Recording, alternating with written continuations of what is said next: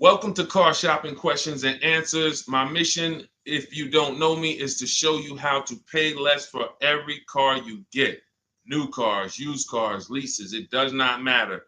I teach a simple seven-step formula, a simple seven-step formula for you to make sure you never overpay for a car.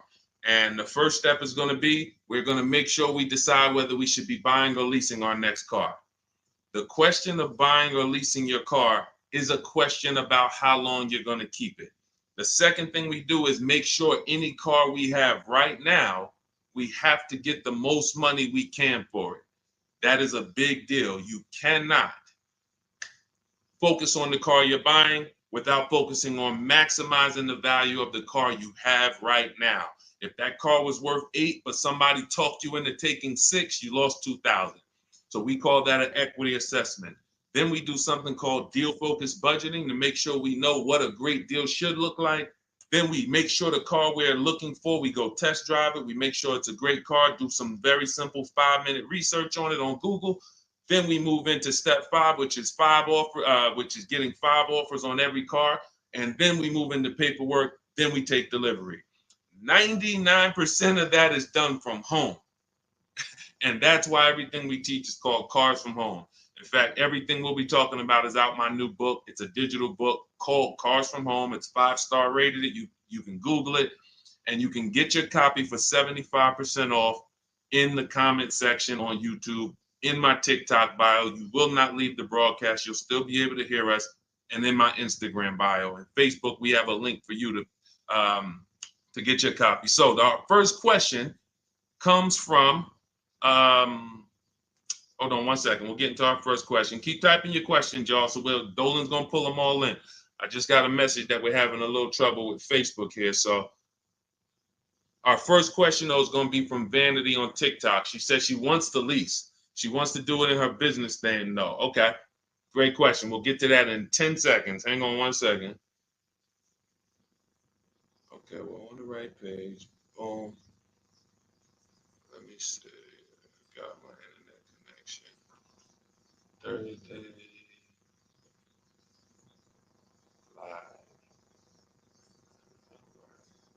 Let's go. While I'm doing this, you should be typing your questions. If you're looking for a new car, if you're looking for a used car, whatever you're looking for, Deshone, I don't even know what should I be looking for. You should be typing those questions to make sure that we can get them answered while we're on here. So let me just make sure. Live. Boom. All right, let's try Facebook again. Facebook might be giving us some trouble, but we don't like to leave anybody out. So let's go. Let's see if we go. All right, looks like Facebook is freezing. All right. I don't think we're going to be able to get around this right now. Broadcast failed.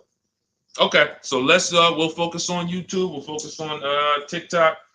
And we'll focus on Instagram for now. We'll figure out Facebook later. Okay.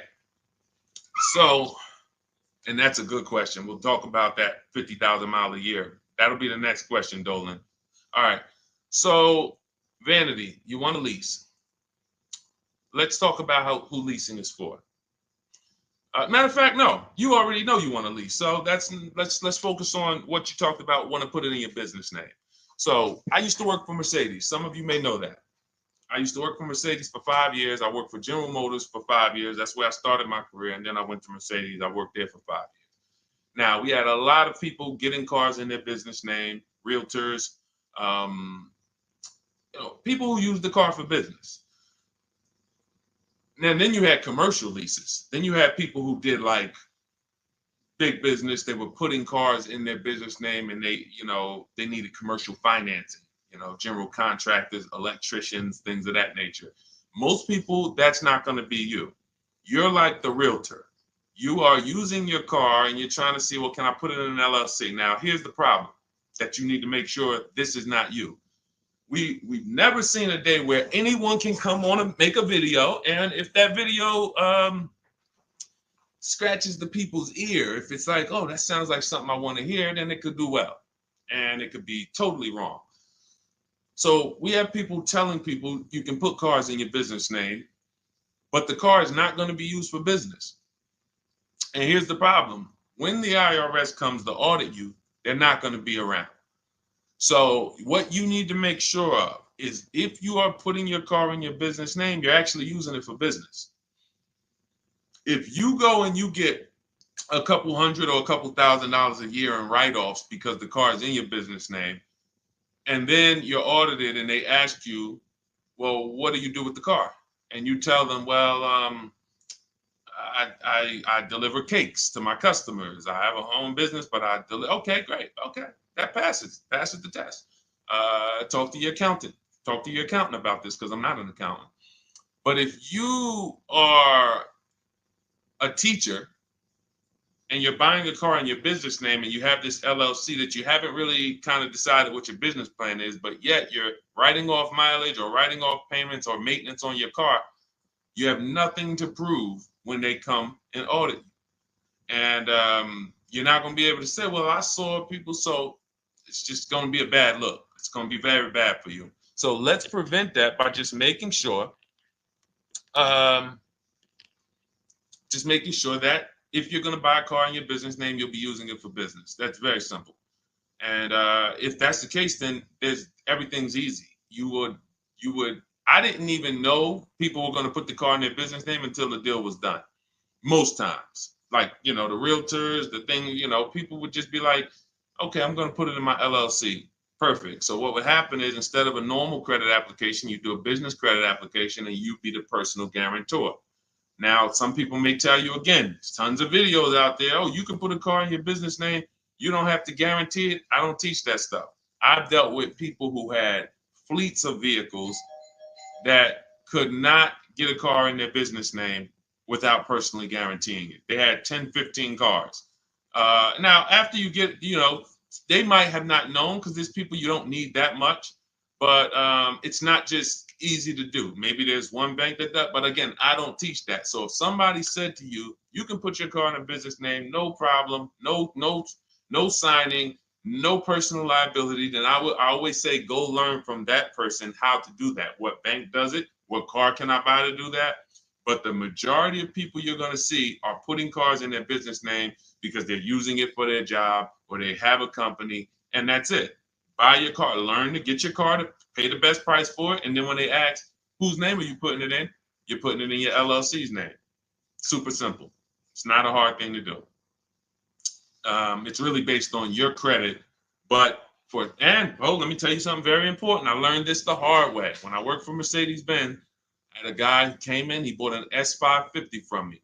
And he said, putting in his business name, all good. Now we get to the point where he calls me maybe a couple weeks after, and he says, hey, did the finance manager put the car in my business name? I said, yeah, absolutely. He said, it's still showing on my personal credit. I said, really? Because the whole point of putting the car in the business name is if you have two cars in the business name, the income from the business should be making sure that those $1,000 in car payments don't come off your debt to income. Don't come from your when you go and apply for new credit. If they see, wait, you got all these car payments, we're not giving you any more credit. That's the purpose, is they should not show because they're under the business. But there are certain banks, and in 2019, Mercedes-Benz Financial was one of them, who even if you put the car in your business name, they're showing it on your credit report. And again, that wasn't a happy day for me, but the finance manager didn't know either. So it wasn't even like, it was like, so I've been telling everybody since then, if your goal is to put your car in your business name so it doesn't show on your personal credit, make sure you talk to a finance manager that works in that brand and you make sure that it is not going to show, because sometimes it does. Great question. Go ahead, Dolan. I see we got a lot more questions coming in, so let's keep it moving. What's going on, Alex Rios? Good to see you, bro. Yeah, good to see you. Vicky, good to see you, Anthony Lewis. This is from TikTok. What's the best way to buy a Tesla? So you can't negotiate a price on a new Tesla. It's one price. You're going to order the vehicle. You don't have to worry about overpaying for the vehicle. Here's what you do need to concern yourself with. How are you going to acquire it? Are you paying cash? If you're paying cash, then there's no negotiation. You go, you drop your check, no problem. If you're leasing it, you need to make sure that you're not overpaying for the lease. We have something we could see. All right, let's get into the meat and potatoes of paying less than everyone and making sure we don't actually overpay for anything. We have something, the 1% lease rule has been around forever. That means if I'm looking at a $40,000 car, when I shop, if I get a payment under $400 with no money out of pocket, it's a steal. In my book, I call that the steal. We have 3 different types of lease outcomes. The steal is 1% or less. The deal is between 1% and 1.5. Time to chill is over 1.5. So, because I saw these people signing terrible lease deals. If you look at your payment, divide it into the MSRP, take your down payment out of it. You got to put your down payment back into, you got to do some math to say, all right, what would it have been if I didn't put that 3,000 down, that 5,000 down, and you just do like a sign and drive? If you divide that payment into the MSRP and it's over 1.5%, there's no value there for 12,000 miles per year. We adjusted. We got 15,000. Jen just got it. She just got her 18,000 mile a year lease because we do high mileage leases. That as long as we still have a great deal, there's nothing wrong with, oh, I shopped my best offer. It was 1.1 or it was 1.2 or it was 1, and then I adjusted the mileage, and now it, it's higher, but still it's a deal because you have to have a deal before you adjust your mileage. But if you do that and your payment's over 1.5%, there's no value in leasing that vehicle. You're paying too much money for a vehicle you're giving back. Say, what's up, Parth Patel? Good to see you. Same thing with 4-year leases. Add up all the payments. You'll see. I had to create these boundaries because people didn't know they're overpaying. People didn't know why. It's too much money for a vehicle you're not going to own. Leasing is a value play. It's okay, if I'm going to spend $400 a month, what's the most vehicle I can drive for $400 a month? Well, some people for $400 a month, they're driving a $30,000 vehicle. Some people for $400 a month, they're driving a $40,000 vehicle. Some people for $400, they're driving a $50,000 vehicle. There are people who, the better lease value you get, the more value you have. It's just, leasing is a value play. So when you add up all these payments, that's what you need. So that's what you need to concern yourself with if you're going to lease the Tesla. And if you're going to finance it, then you need to make sure that you are doing what we call the bank bidding war. I teach this in my book. If you want a copy of my book, you won't pay the $97 price. We have a book launch offer.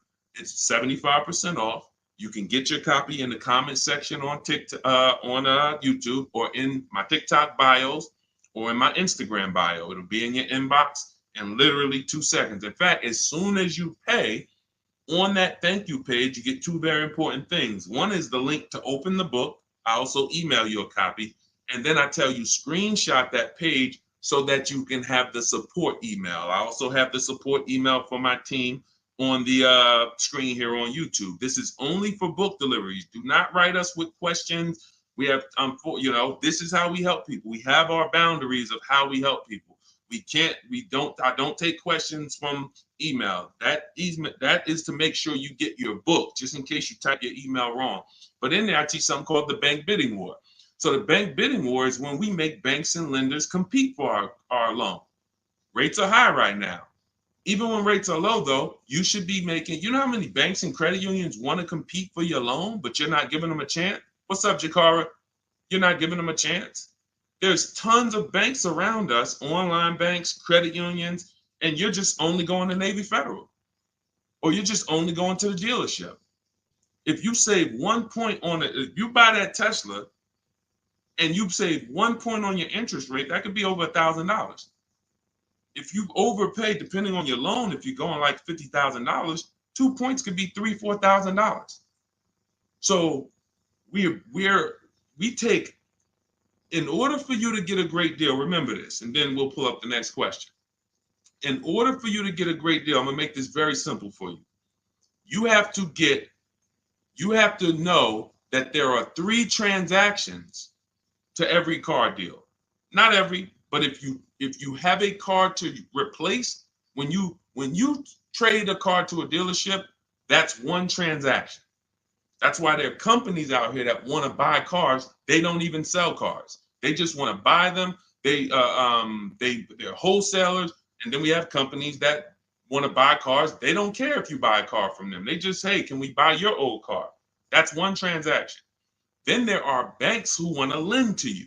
They don't sell cars. Hey, if we could just, can we just get in on your loan? Will you give us a chance to? That's another transaction. And then buying your car from someone, that's a third transaction. So in order for you, so when you say, all right, I need to make sure I guarantee I got the best deal, then you need to start doing what we do, which is understand there's 3 transactions and bid each one out. You can't negotiate your way to a great deal, but you can bid your way to a great deal. We get tons of bids when we're selling our cars. People who come, look at our car, looks great. They go to the accounting department, write a check. Here you go. Enjoy. Then we bid out our bank, our loan. Hey, and they allow you to do this. The dealers don't want you to know this. The banks don't even want you to know this. The banks really don't want you to know this. They allow you to bid out your loan. You can have 15, 20 lenders within a certain period of time. We do it. It takes us 2 days.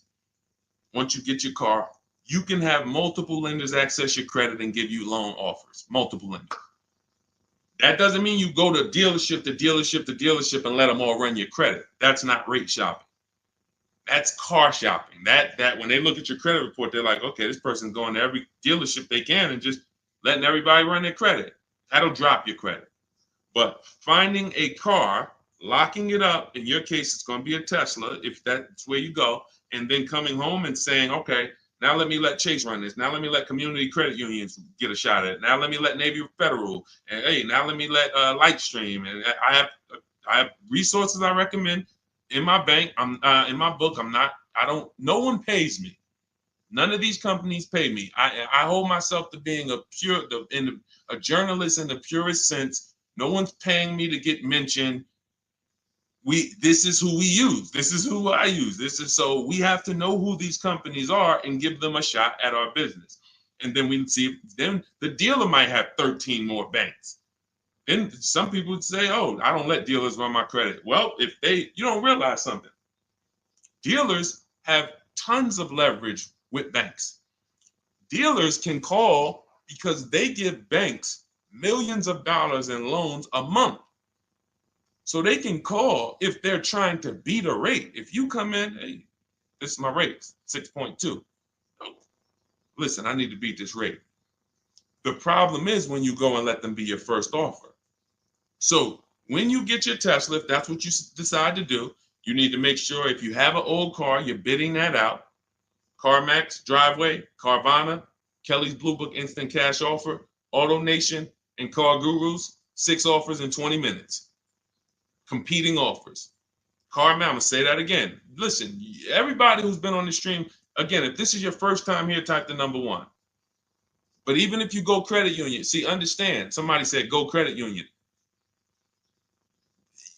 If you're not making people compete, you can't. If you came out your credit union and you said, all right, I just got a loan here. If I said, hey, bet me $1,000 you couldn't get a better rate, would you take the bet? Probably not.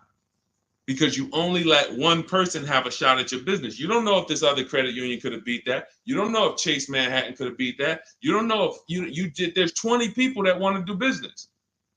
So just to go in and say, all right, well, that's the credit union, I'm going to go with them.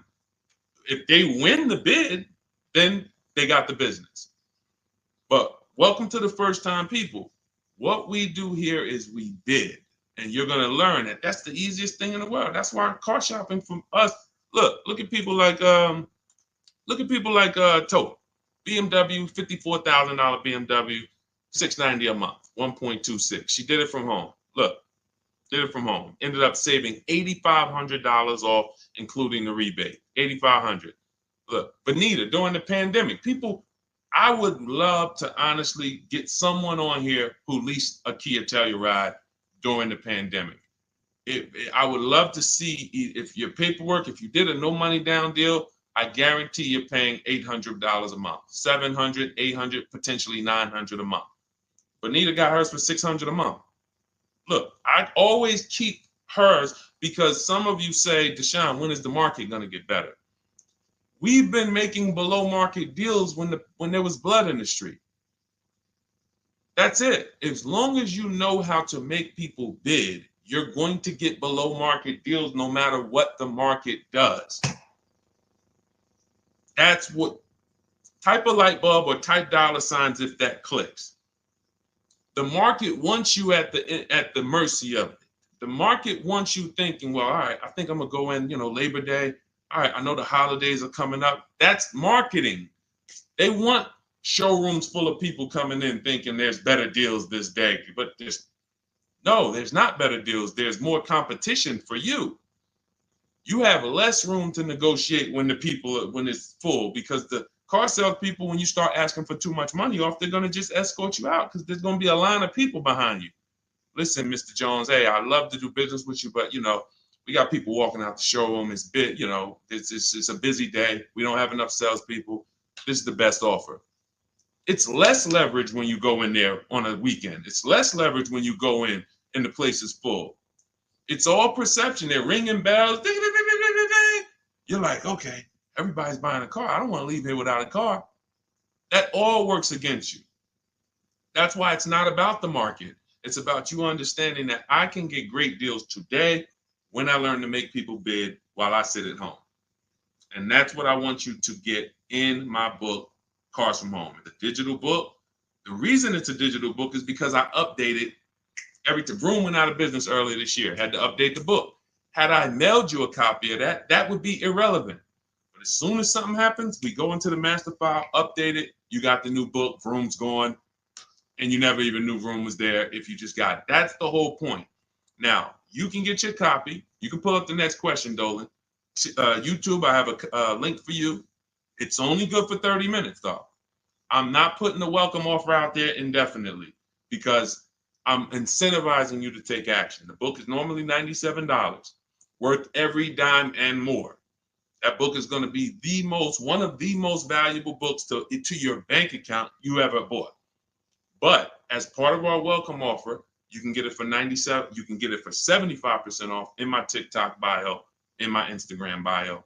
Go there now, get your copy, come back to the stream. Make sure you save the thank you page because that's where your book is. I'll email you a copy as well. And that's where the support email is, just in case you look in 10 minutes and that book's not there. It's usually because there's a typo in your email, but you'll have the support email so my team can get it for you. Okay, go ahead, Dolan. Shoot the next question up, brother. Okay. And could everybody who's enjoying the broadcast share this with one person? I appreciate you. Gail from YouTube, how are you? Should age be a factor if you lease or finance? That's a great question. Oh, she's 70 years young. No, it's only a matter of how many years you're keeping the car. I'll give you an example. Felicia came in she started working with us, pandemic. I might have a picture of her BMW she got. She never thought she could afford a BMW because who knows how every $5,000 on a car loan is about how much per month. And this is why you'll understand leasing, if you're not keeping your cars 8 years, is going to allow you to drive cars that you didn't think you could drive before. I had 4 Infinities that I leased. Before I bought this Infinity truck, I had 4 that I leased. And I know I'm talking to some people and you're like, Deshone, I was taught never lease cars. If that's you, be honest. Type I was. Type, me or I was. You were taught never to lease.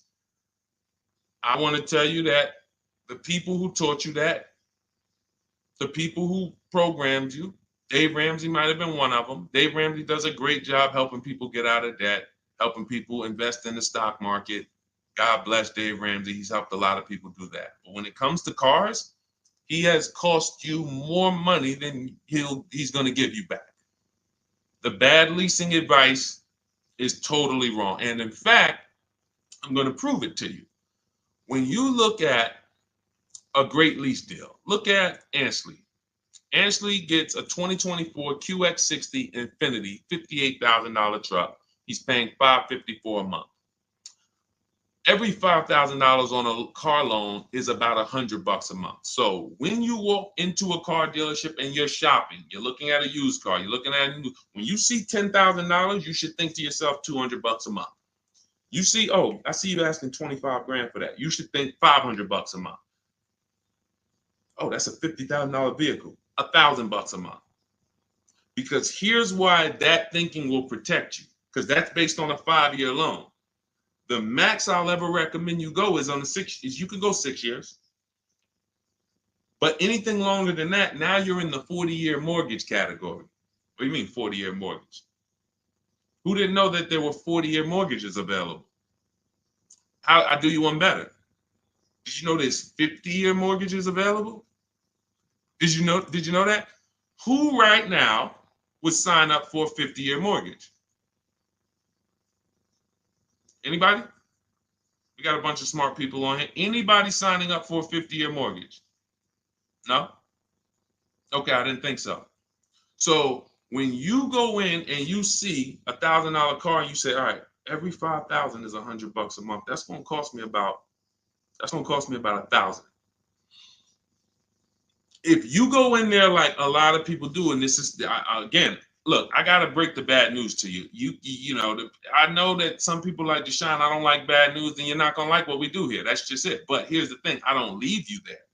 I give you the bad news to try to show you how much money you're losing, so that you can actually snap into it and get serious about this and start winning the way we win. If I just come to you and say, you're doing so good, your car deals are just so good, that used car you bought, man, you really paid a great price for it. You really got a quality car. You got a below market deal, but let me help you do better. You'd be like, no, I'm actually doing good. I have to come to you and let you know that if you don't know the new price of the used car you bought, you don't know how much it was when it was new. How do you know how much discount you saving? All of these things that is like bad news first, that's what we got to do.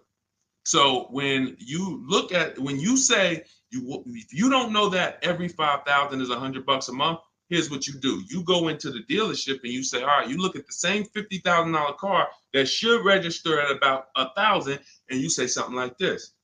Could you get that to like 700, something like that? Okay, how much money could you put down? I could probably put down like 10. Okay, even if you put down 10. Now that should, in your mind, if you went from that 50,000 to 40, you should be like, okay, well, even if I put 10 down, I'm still going to be around 800. But here's what they're going to do. They're going to put you into a loan that's so long, you're not going to even realize it. And I've had people come to me with cars and they're like, D, man, I think I'm ready to switch this car, man, but the dealer telling me I can't get out of it. I said, all right, how much you paying? All right, payment's not too bad. All right, you know how many years, how long is the loan? Oh man, I ain't even asked. Okay. You already telling me where we're going. This is gonna be bad. Man, you in a 96-month loan. You in an 84-month loan. That's what not having these things in mind becomes. So going back to Ashley here, if he walked in to get that same 2024 Infinity that he just leased for $554 a month with, look, first month's down, first month payment, he gave him $554, drove off in an almost $60,000 car. That would be $1,200 a month almost. $1,200 a month. I told you, 4 leases I had. Just Infinities. I had a G62 and then I had a Jeep Grand Cherokee as well. But 4 Infinity leases, these were $40,000 cars I was driving for under $400 a month. Cars that would normally cost, cars that people are out here paying $700, $800, $900 a month for. Because they believe the never lease a car lie. They believe, oh, leasing is renting. Okay, well, I'll be renting for 3 years and then I'm gonna go and switch it up, do something else, keep all this money in my household. You go ahead and do that. Oh man, the car broke down. Man, yeah, man, it's 5 years old. Now, oh, you don't have a warranty? Nah, the warranty just expired. All right, man, listen. You go ahead and do that. That's why I say to people who you believe they owe you money. Just learning about deal structure, you'll be like, that's why I tell you, you can't get a great deal if you should have leased what you bought. So, Gail, to answer your question, no, has nothing to do with age, has everything to do with you asking the first question in my book, the most important question, which is, how many years am I going to keep this next car? That's the question you ask yourself. If y'all are enjoying what you're seeing on TikTok, could y'all keep tapping the screen, run those likes up? Can we get those likes over 1,000, 2,000? Let's just run the likes up if you're enjoying what you're hearing. That's the issue. You always ask yourself, this is the question you ask yourself, all of you who are car shopping right now, how many years am I keeping the next vehicle? And if it's 8 or more, then you're going to shop for a below market purchase, new or used, depending on your budget. If it's less than 8, if you're like, I'm honest, man, I don't think I'm going to keep this thing 8 years. You should be shopping for a below market lease, and it's not even close. It's not even close. All right? Doesn't have anything to do with your age, Gail. Go ahead, Dolan, shoot the next one up. All right. Great questions today. Keep typing your questions, y'all. We'll get to as many as we can before the stream ends. All right. This one's from YouTube. I drive up to 50,000 miles a year for gig work. I would like to lease. Here's the problem. High mileage leases are a thing. So we get a chance to dispel a myth right now, which is, oh, that leasing, they limit you on mileage. You choose your mileage. Most vehicles will write you a lease contract up to 30,000 miles per year. And I learned this when I was a manager at Hyundai for 6 weeks. It was a rough dealership. It was on the highway. People were fighting in the back, drugs in the back. It was rough. So 6 weeks I was there, and then I was like, all right, this ain't for me. But in that time, I learned something that I had never learned before, being with GM and with Mercedes. Person comes in, they drop off their lease, and they're like, I go in, we got to get the mileage off the car. And I see it's like 72,000 miles on the car. And I said, wait a minute, hold on. You lease this? He said, yeah, I always lease, because every time I used to buy my cars, I come back 3 years, 4 years, I always had tons of negative equity. I had to write a big check or roll that over, which I know because this is what I was doing with my clients. Every single car, hey, you got like $8,000 negative equity. You got to roll that over. But once I saw how he was doing it, I said, wait, hold on. I looked at his contract. He was only paying like $175 more a month than the normal lease rate. Literally $175 more per month. He gets 25,000 miles a year. And I'm like, this is great. Because $175 per month more times 3 years is much less than if he brought that car back and had to write a $12,000 had $12,000 in negative equity, which a lot of you high mileage drivers continue to have. You have the worst negative equity more than anyone. Normal drivers who buy, but they should be leasing, they're going to have $5,000-10,000 in negative equity. High mileage drivers, you guys could have 10 to 15, 18,000 because you're depreciating the value of your cars. Your car's value is like this, but your loan is just moving very slow. So that's when I started telling people about high mileage leases. Now, I haven't, in your particular case, what I would probably recommend, I have 2 high mileage strategies in my book for short-term people. One is a high mileage lease. One is something I call two cars, one payment. 2 cars, one payment is I'm going to buy my first car, or you may own a car now, and you're going to pay that car off. So let's say I'm you and I'm putting 50,000 miles on the car. You should be, quite honestly, paying these cars off sooner than later. You shouldn't be taking 5- and 6-year loans like everyone else, because I would assume with you putting 50,000 miles a year on a vehicle, that vehicle is making you money. So what you're doing when you take a long loan is you're just pushing your losses to the back. Instead of taking a shorter loan, like a 3-year loan, max 4, and then saying, okay, I'm going to drive 50,000 miles per year, 200,000 miles, I'm coming in, I'm going to turn this vehicle, and I'm going to have it paid off, though. What you're doing is say, all right, I want a lower payment. Instead of a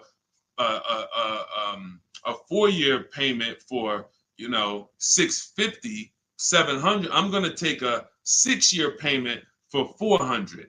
So what you're doing, you think you're winning, but you're actually losing, because it's like that extra $250, $300 a month you're making is actually not profit.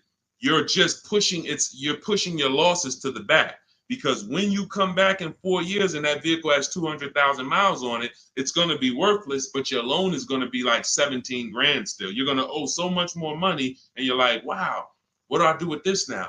You have to roll it over. So the solution would be to take a shorter loan, take a shorter loan, and then turn the cars when you're ready to. They're paid off though. So it's a couple years old, it might be worth 5 grand, 7 grand. So now instead of you actually having negative equity, taking losses in the back end, pushing that loss to your next vehicle because you're rolling it over, you actually have an asset now, 5 grand, 6 grand, 8, that you can use towards your next car. But it's all about knowing I'm going to take less profit per month. I'm not going to take the most profit per month and think that I'm going to be able to do this. So now, if you say, if the 2 cars, 1 payment strategy is, you would actually pay off 1 car and then you lease a nice car. So you maybe lease, once my first car is paid off, it has 2, and that first car needs to be something that is known for going 300,000 miles. Literally, very, very important. That first car, you need to, it's Honda, Toyota, something that you can look at the records and say, yeah, these cars go 300,000. Because once you actually get that 300,000 on that car, you still may want to keep it because it's highway mileage. It's highway mileage. So I'm gonna have my car that I put my mileage on. I'll put maybe 25,000 on that Honda a year, or even 30,000, and then I'll have my lease that I lease for like 15,000 miles a year, or 20,000 miles a year. And then I got my nice car. I switch every 3 years, and I got my lease car. I got my mileage car to balance it out. That's 2 cars. You're always gonna have 1 payment. So that's really 2 strategies for you to consider: buying a car, taking out a short loan, switching the car every 4 years or so, and not leasing. Just literally run the miles up, make your money on it, come back, do it again. But do not buy these cars and put 5 and 6 and 7 year loans on them at all. That's what most people are doing, by the way. All right. Go ahead, Dolan. Great question. Great question. I love this stuff, man. I love this stuff. Kino, I see you. Armando Lara, if you're enjoying the stream, type $signs. If you're enjoying the stream, type $signs. $signs. I already know this stuff. I already know this stuff. I need you to know it. I need you paying, I need you confident in your deal. All right. TDA Tastemaker from Instagram. If I have a car in my possession, but I defaulted on my loan, but I still have the car, what's the best way to get my title? I don't know. You're not paying the loan, you defaulted on it, and you're trying to get the title. No way. There's no way. They're not going to release the title until it's paid off. Got to figure out a way to pay or sell. I don't even know. Can you sell it? Depends on where you are. How far behind are you? We can try to get out of that car, go into something less expensive. I would try to sell the car. I would go on CarMax, Driveway, Carvana, KBB Instant Cash Offer, AutoNation, like Car Gurus. Get my 6 offers, see if you can sell it. Go into something less expensive because that repo is going to follow you. So what's happening is this is baggage. This is why I need you to either fix your credit over the next couple years. You can follow Shonda Martin. Y'all know I recommend her all the time. She's just like me, but she does credit. She'll get on, tons of hours of information. She helped me, just little tips she helped me. I went like another 50 points on my credit score, just stuff I didn't understand because I don't study credit. You know what I mean? I'm not an expert in credit. Even though credit involved, think about that. Credit is a big part of what I teach. But I don't go into credit because that's its own subject. So Dave Ramsey would be like, hey, well, a lot of my people are buying cars. I guess I'll talk about that too. No, let the experts talk about that. You go find the experts and bring them to your people. So I always say, I don't talk credit, follow the experts. But when there's negative equity and bad credit affect your car deals. So the mission is, how do I make deals without negative equity? You got to know the cause. You should be leasing, but you keep buying. You should be shopping for below market leases, paying cents on the dollar, but you keep buying. Second cause, the second thing affects your deal is bad credit. So we got to make sure that we are working on our credit, and until your credit is fixed, you should be driving something inexpensive. Get the least expensive car you could afford. I mean, that'll Facebook Marketplace, drop $2,000, $3,000, $4,000. Find someone who's an owner. You want to find someone. I picked up a car because I work from home. We have another car. We got the Infinity truck. I picked up a car from a grandfather. He was 98 years old, and he owned it for 10 years, and it had 70,000 miles on it. It was an '08. I said, listen, how much? He said, $3,700. I said, all right, let's go. It's a great deal, and it's just my point A to point B car. Why do I need a car that I'm going to tie up a bunch of money in to go? I drive that car 1,000. If I drive that car 100 miles a month, 200 miles a month, that's a lot. You have to know, and I call this in my book, the SMART strategy. It's called saving money at the right time. If your credit is not right, you don't need to go out and try to flex. You need to be trying to get something inexpensive. Oh, but they're going, man, I can't pull up like this. Then you go ahead and be financially foolish. Go ahead, pay 19%. Go get the Dodge Charger you want and pay 20% on it. And you're gonna overpay for the car. Go ahead, do that. But don't say I told you to do that. So what I'm doing is I'm getting an inexpensive car that I'll find on Facebook Marketplace that an owner has had in their driveway. They know everything about it. Pick it up for a couple grand. Don't buy from these dealers who pose as owners who just got the cars from auction. You ask them, hey, how long you had it? Hey, what happened? They don't know anything about it because they just got it. And I'm getting an inexpensive car until my credit is established. And what I would be doing is literally driving that car for 18 months or 2 years, getting my credit right, and then I'm going to lease something brand new. And be like, Dad, so you just went from that car to pulling up with something brand new? How you do that? I had a plan. That's how we do. So all of this, everything I'm teaching is out my new book. It's called Cars from Home, 7 Steps to Saving Time, Money, and Avoiding Dealerships. It's normally $97. You can Google it. It's 5-star rated. I think we have, how many ratings do we have now? I think we have, thank you to everyone who's reviewed the book, who's rated it. I appreciate it. 58 ratings. Appreciate it. You can read what people say about it. You can see how they've used it. You can see everything. So you won't pay the normal $97 price. If you go to my TikTok bio, as long as you get there before that timer hits 0. If you went to that page and that timer started clicking, once it's 0, it goes back to $97. You won't get the 75% off. So go back, get your book, and then you can come back to the stream. But make sure when you get your book, you save the thank you page so you can have the support email just in case your book doesn't hit, you usually type your email wrong, you type in too fast. We'll make sure you get it. And then on YouTube and Instagram, you go to my bio, get your copy. YouTube and Facebook, we have a comment for you in the link. We have a link for you in the comments. Next question, Dolan. Go ahead, man. This one from Instagram. I'm doing a regular lease. I need help. Can you explain the 1.2? Okay.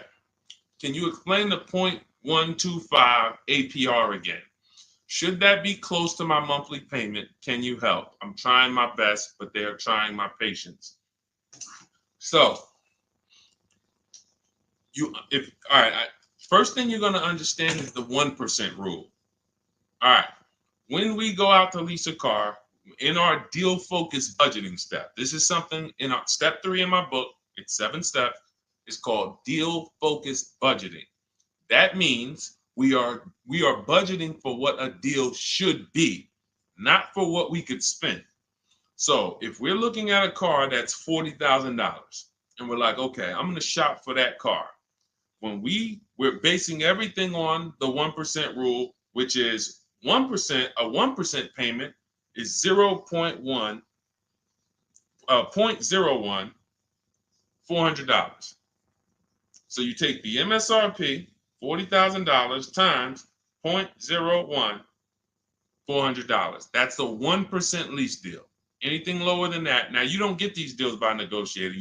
We get multiple offers. Some people are like, Deshone, I can't get no deals like that. Well, we got tons of them. If y'all want me to show them to y'all, we got tons of them. But anyway, that's a steal. That's not a deal. I call that a steal. Anything less than this, you stole a vehicle. Now, the 1.5% rule, which is 40,000 times 0.015, that's the max.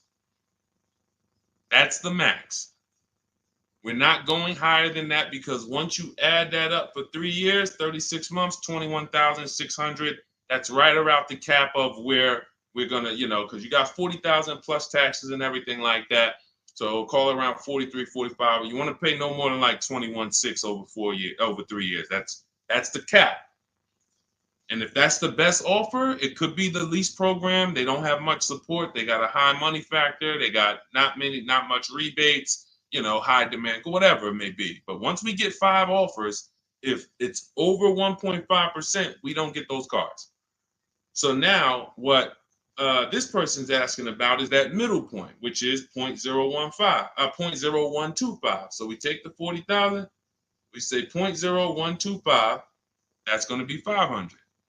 So anywhere under 1.5 is a deal. Anywhere under 1.5 is a deal. The lower it is, the better it is, the more value it is. But the lower it is, how does it get lower? You're not negotiating it lower.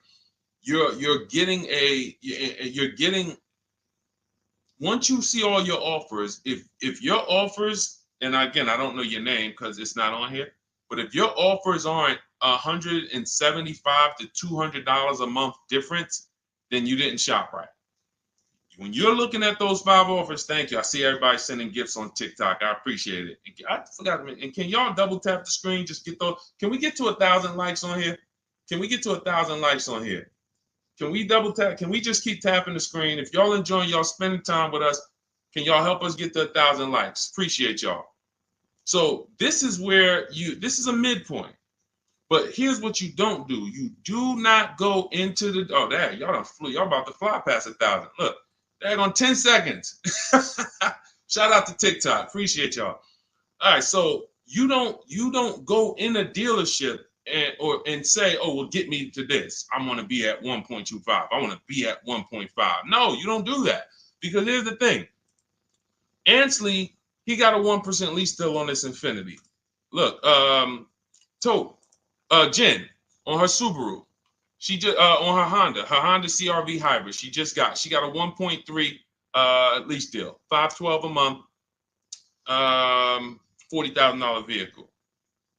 You don't go in and say that. You shop the offers from home, and if y'all want to do it manually, you can talk to sales managers. You can try to get this done manually. We do this totally by email without talking, because I know you probably don't like talking to car dealers. Am I right? Would I be right by assuming that? So she didn't know that her lease was going to end up at 1.3 when she shopped. Ansley didn't know it was going to be 1%. Look, Kimberly got a Maserati. Let's go to some luxury vehicles, because sometimes people think, oh, well, remember, I worked for Mercedes before I came and started teaching. So the formulas are the same, whether it's a Bentley, whether it's a Rolls Royce, the formulas and the principles don't change of multiple offers. Look, Kimberly gets a Maserati. She's paying, it was a $91,000 vehicle, 92 almost. She's paying $944 a month for it. It's a Maserati Grecal Modena, $92,000 vehicle. She's paying $944 a month for it. She didn't know that she was going to save $20,000 off. This is the other post. Look, she didn't know they were going to knock $20,000 off the selling price. You don't know that. You come in, you trust the process, you get the multiple offers, and then you look at the best offer. If the best offer, whatever the best offer lands at, as long as you see a bunch of other higher offers, now you know you shopped the market correctly. You found the 20% dealer, we call them, that beats all their competition, and now there's your deal. This is for new cars and leases. Used cars, different strategy. Different, still multiple offers, multiple options, but it's a different strategy. That's in my book too, but I want to make sure you understand this. That is how you do it. The 1.2%, 1.25 is just a middle ground, but when you shop your offers, just make sure they're all under 1.5 and then pick the best one. If the best offers is over 1.5, you got 1.6, 1.7, 1.9. That's a bad lease program. That means there's no support there. As long as you see a spread, if there's no, like, man, all of these offers are over 1.5, it's a bad lease program. High interest rate, probably terrible residual, no rebates, no incentives. That dealer who's the lowest is discounting the car. It's not their fault. They can't help the lease program. So the better you get, the better the lease program is. When you shop, you'll be closer to 1. The tighter the lease program is, when you shop, you'll be closer to 1.5. But as long as you're under 1.5, it's great value, much better than buying, paying cents on the dollars. It's a win. All right. Go ahead, Dolan, shoot the next one in. And I think y'all see, I have to answer these questions thoroughly. If y'all will want me to zip through them, let me know. Type zip or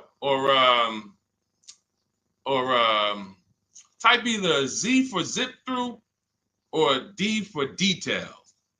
You know, because listen, I'll run it however y'all want it. If y'all want me to do these quick, don't go into the details, just kind of give us the zip answers, then I'll do that. But I see a lot of people talking about, okay, they want it in detail. Perfect. That's what I thought. So we're gonna keep it going that way.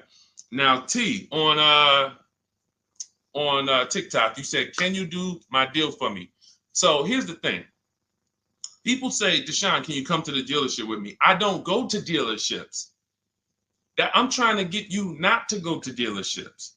So, but we do have a look. If you can go to my TikTok bio, you can see there's a button there that says "Shop with Deshone," and you can see if you qualify to shop with me. Because everything I do is from right here until we go test drive. Until we go test drive. So, but if you want to learn how to do what I do right here, and you want to do it together, go see if we qualify to shop with each other. I don't shop with everybody though. I can't. So go there. That's a separate thing. And let's go. I think we got time for a few more. This one's from Instagram. I'm looking at a 2024 Mazda CX-5, $39,445. I see a fee listed. What is silent security? That's what 80% of dealers do. See, don't try to change 80% of dealers. They are going to actually charge you as much as they can. When you negotiate with them, they're going to say, "This is my best price." They're not lying to you. That's their best price. That's not their competition's best price. So when you're sitting at home, unfortunately, I think you could be from this mindset. Deshone, aren't all the Mazda dealer prices the same? There are people who think that. There are people who think like, okay, it's like the Apple Store. Like Apple Store next to me, Apple Store in Santa Clara, California, Apple Store in here, it's gonna be, these are all the same price. I'm gonna just deal with who's closer. It's like McDonald's, right? Same price here, let's go to the closest McDonald's. Nope, it's totally different. These are competitors. These are competitors, individually owned franchises. They compete against each other and they try to beat each other, which is why when you get to a dealership, what don't they want you doing? I want to give y'all some time to type this in. What don't they want you doing? Once you sit down in that seat, if they can get you to sit down in that seat, which we don't do. We never talk numbers in a dealership. We're there to test drive. What don't they want you doing when you're in a dealership? Y'all don't need to hear this from me. You've experienced it. They don't want you leaving. Thank you, Smokey. Thank you, Smokey.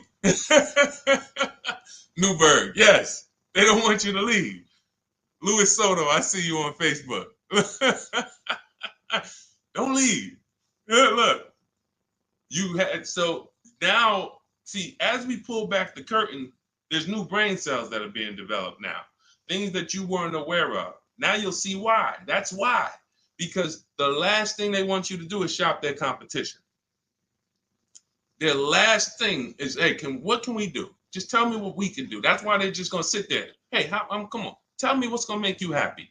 Well, what's gonna make me happy is you give me time, let me go home and actually, shop around a little bit. But is there a number? Is there a number that I could offer you where you wouldn't even shop? These are all trained questions to keep you there. I call them the showroom shackles. It's like as soon as you sit down, like a little, boom, little handcuff comes out. You can't go too far. So this is what you want to avoid like the plague. We do not talk numbers in dealerships. We don't talk to salespeople unless we're there for a test drive. These are things that everybody who I'm sharing with you, from Greg to Danielle with her Audi lease, Eddie on his pre-owned, on his Toyota, got a brand new Toyota last year, still during the pandemic. It was still, look, he said, I shopped around. I was able to get everything I wanted, plus more, $2,086 under MSRP in a 1 week window. 1 week. So this doesn't take a lot of time. Some of you like, Deshone, well, I only got a couple days. Could I make a deal in a couple days? Look, not even Eddie. I'll give you one better. Look at Ansley.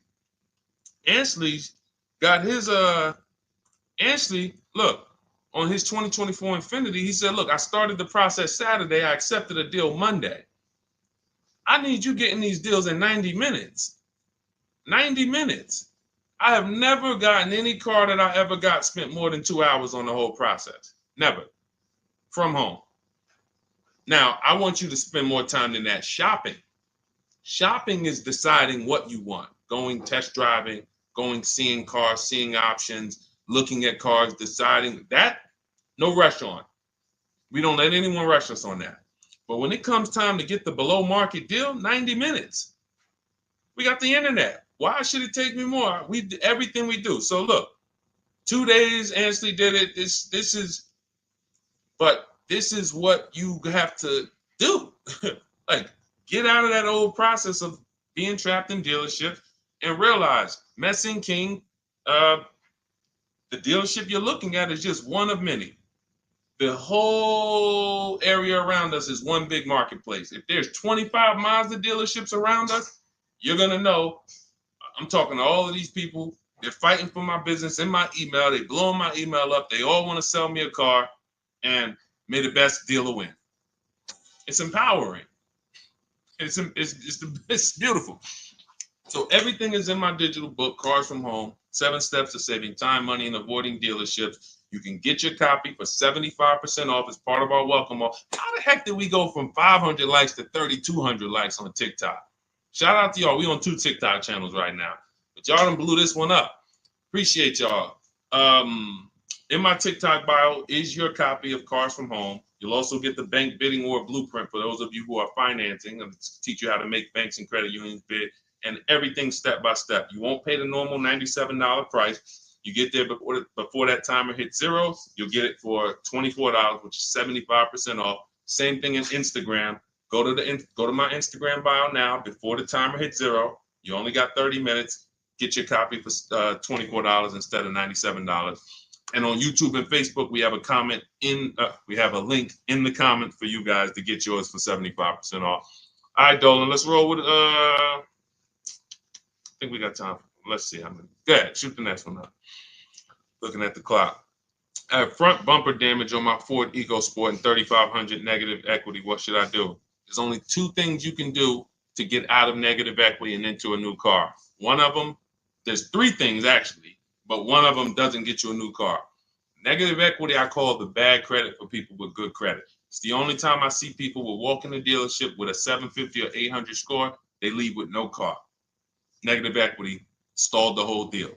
So what you want to do is you get your bids, Young King, you get your bids from these companies, CarMax. This will take you 20 minutes. This is step 2 in my book, the equity assessment. We need to know what the real equity is, what the real negative equity is, and we don't do that based on an algorithm typing in 2,000 this, and then in 5 seconds This says, oh, your vehicle's worth this. Now go fight for it. No, we get offers. So you're going to go to CarMax, Driveway, Carvana, Kelly Blue Book, Instant Cash Offer, Car Gurus, and Auto Nation. You get those 6 offers. Now, the best thing for you to do is to close the gap and pay the difference. So whatever your highest offer is, if you have the money, I will pay the difference, because none of those higher offers are going to be as good as no dealer is going to be able to get close to your highest offer over there. Now, a thing for you is if all your offers are under 10 grand, you can list that car on Facebook Marketplace. I would sell it privately if the offers are around 10. Once you get to like a $12,000 car on Facebook Marketplace, you're really limiting your options because people need loans. So not too many people can come in and stroke a check for 10, 12 grand. So your buying pool is going to be limited. But I would go that route, because if they come in and they pay you $2,000 more privately, now you might only have to come up with $1,000 or $1,500 to close the gap. I would prefer you to do that, because then you get to do a clean deal. You get to go shop for a car, or when you're shopping for your car, once you get it, you're selling your old car to this buyer, and your deal is clean. You don't have to roll any baggage over. Now, if you can't pay the difference, you now have to bring baggage over. And unfortunately, you have to do what we have a curse word here. We don't say it much. I don't like to use it. It's a curse word. It starts with a T. Does anybody know the word that we use? Something we don't do. We don't do. But you're going to have to do it if you can't pay the difference between the negative. Thank you, Ivan. Trade. Thank you. I love my people. Man, listen, man. I love the people who locked in. You could tell the people who just like, man, Deshone, listen, I hear you, bro. My money's important to me. I can't be out here on a stream with you and not be getting what you're saying. Like, my money means something to me. Correct. Trade. We don't trade, because again, you're not going to get the most you can get for your item trading it. You get the most doing what I told you to do over the last 90 seconds, which is putting it on the market, multiple offers, competing, blah, blah, blah, blah, blah. So if you have to trade, then what would happen is you would have to shop for your vehicle, get your best offer, and then once you get your best offer, you would have the used car manager look at your car and say, okay, we're going to roll that over.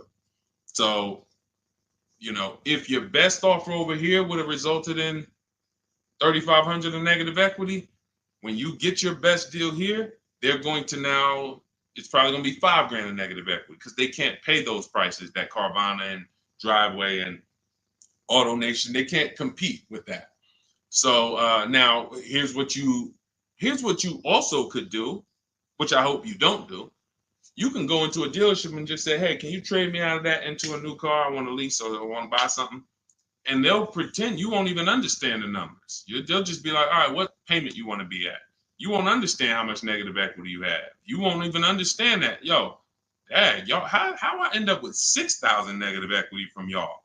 Oh, because you just let them merge the deal. You gave them 2 chances. So what we do is we shop for our new car, get our bids, or if we're looking at a used car, we use my multiple marketplace strategy in my book. We get our deal. We find our best used car. Once we lock it up, now we already know those prices. We know what our all-in price looks like, because whenever we get a price, we get it all in, taxes, everything in. And now it's like, all right, can you tell me how much you would pay me for my car? So now it's like, oh, okay. Now you can see, oh, it's 3,200 in negative equity. You need to see the numbers. You don't need to. I want you to see them so that no one can be pulling the wool over your eyes when it should have been 3,200 in negative equity, but they're going to turn it into 6 because you just came in and said, all right, y'all get me into a car. Just make the payment nice. So we always separate our transactions and bid them out, even if we have negative equity. That's not going to change. But in your particular case, if you have too much negative equity, you can't pay the difference. You lose the ability to bid out your car, which is a major part of what we do. We bid out our car so we can maximize that. If you can't pay the difference, you now have to trade, and one step of the bidding process you can't do, which is why I say stay out of negative equity. You should be going into a lease. It's no way. Only people who should be going from negative equity to another finance is if you had an emergency. which means like, okay, Deshone, I had a small car and my wife just had twins. Like, you know, I had a two-seater, I had a coupe. She's having twins. Now we need a bigger car. I was going to keep it 8 years. I was going to keep the car 8 years, pay it off, keep it, but now this doesn't work for me anymore. The next car you buy needs to be kept 8 years, because if you go from negative equity, go finance another car, not lease it, and then take out another 6-year loan, and then 3-4 years in, you're like, okay, I'm gonna switch again. Now more negative equity. Instead of 35, you're gonna be at like 7 or more. And then, oh, let's roll that over. And it's just a repetitive cycle of always having a car payment, never paying the car off, and always have it paying for your old car in your new car. Negative equity, the devil to your car deals. The bad credit for people with good credit. Stay out of it. Learn the lease. All right, y'all. Listen, we just hit the hour mark. Great job. Thanks for everybody who tapped in. I hope you got a lot of value out of this. Again, some of you who are like, Deshone, I need the blueprint. I want everything you teach step by step. Walk me through each play. My book is called 7 Steps to Saving Time, Money, and Avoiding Dealerships. It's a digital book. It'll be in your inbox in literally 2 minutes. Go to my TikTok bio, use the 75% off link. Go there, you'll have it. But make sure as soon as you activate that link, Instagram too, you screenshot the thank you page. As soon as you pay, you get the thank you page has the book. You scroll down, it says click here to open your book. I also email you a copy, but I want you to have that support email just in case you type your email wrong or something and it's not there. You can get in touch with my support team so you can get your book immediately. YouTube, we have a link for you, as well as Facebook in the comments. Use the 75% off link. You won't pay the $97 price. But again, if you missed it, and that you was like, Deshone, I went there and that countdown is 0. It's back up to $97. It was a 30-minute offer, and I've been saying that for the last hour I've been on here. So it's still worth it at $97. There's no one who's going to get that book, use it, and be like, Deshone, that wasn't worth $97. You'll be like, Deshone, this is, I got a bunch of books on here. I'm going to end with this. I got a bunch of books on here. I'm going to be honest with y'all. I can't tell you if any of these books are actually saving me thousands of dollars. A couple. I got some good ones. Don't get me wrong. This will be a book, when you look at all the books you ever got, this will be top 3, guaranteed. Where you said, this book saved me more money than any other book that I own. Top 3. That's Cars from Home. And that's the standard we hold it to. It's already 5-star rated. And if you use it already, please go to Goodreads and add to the ratings. We'd love to see it. All right. I'll see y'all on the next stream. It's always a pleasure. God bless you. Keep winning. And make sure you send me your success stories by email. I want to see your car deals. All right. God bless.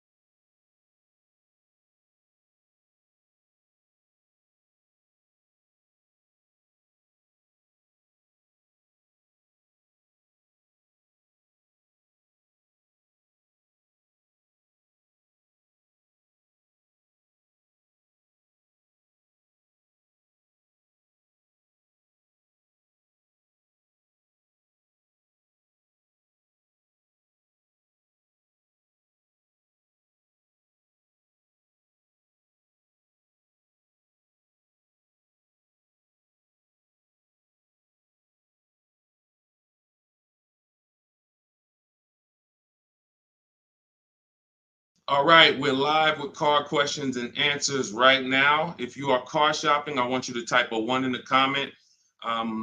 Right now, everyone's overpaying for cars. It is absolutely, it's crazy what I'm seeing right now. And as someone who spent 14 years in the car business, I cannot believe that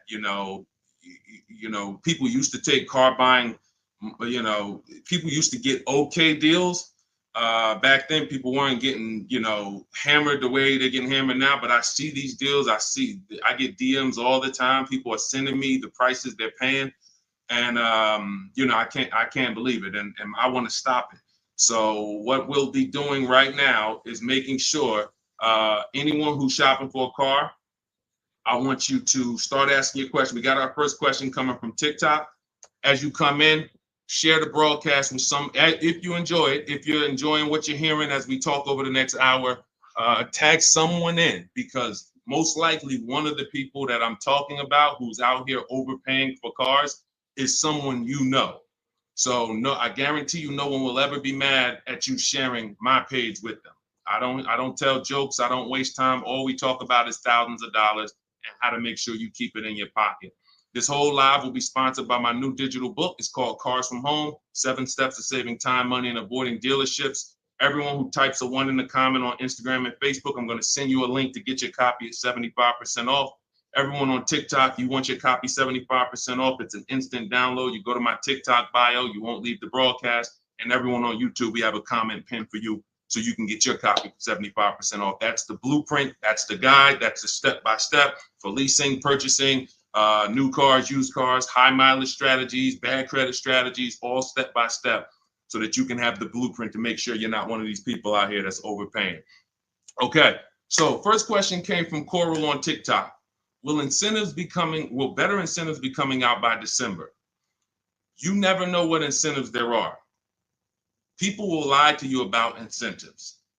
And in fact, when you walk into a dealership, if you ask them, do you have any incentives this month? What do you think they're going to say? Even if they don't have any, they're going to say yes. Because they're never going to say, no, we don't have any, come back next month. You'll never hear that. So how do we know what the real incentives are? And just so I can be clear, because I want to talk in a way for the most, even if we got high schoolers on here coming out of high school and want their first car, I want to talk in a way you can understand this. In fact, you might get this more than some of the adults who've been programmed a little harder because, you know, they've been doing the same thing for years. Incentives or rebates and low interest rates and anything the manufacturer puts on a car to help it sell more. So it could be a military rebate. It could be a conquest rebate. Conquest rebate is a rebate for a competitor's car you own. So if you're buying a Lincoln and you have a Jaguar, they might have a conquest rebate, a loyalty rebate, dealer cash, which is not a rebate. It's just literally cash that the dealers get to make deals with. It might be $1,000, $3,000 dealer cash.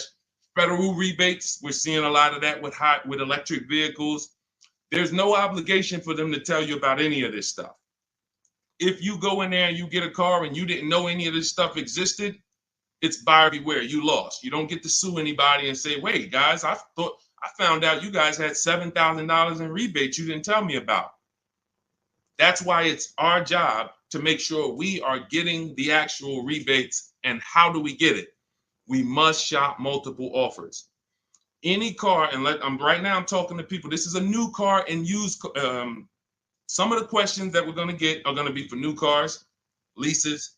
Some of them are going to be for used cars. This is a new car question. This is a lease question. Anytime you hear somebody really focusing on incentives, the only incentives you really get for used cars is if you're buying a certified used car, you might see a low interest rate. That's really one of the only incentives. A certified Honda might have a 1.9 interest rate. You're not going to see that. You're not going to see any rebates off a used car.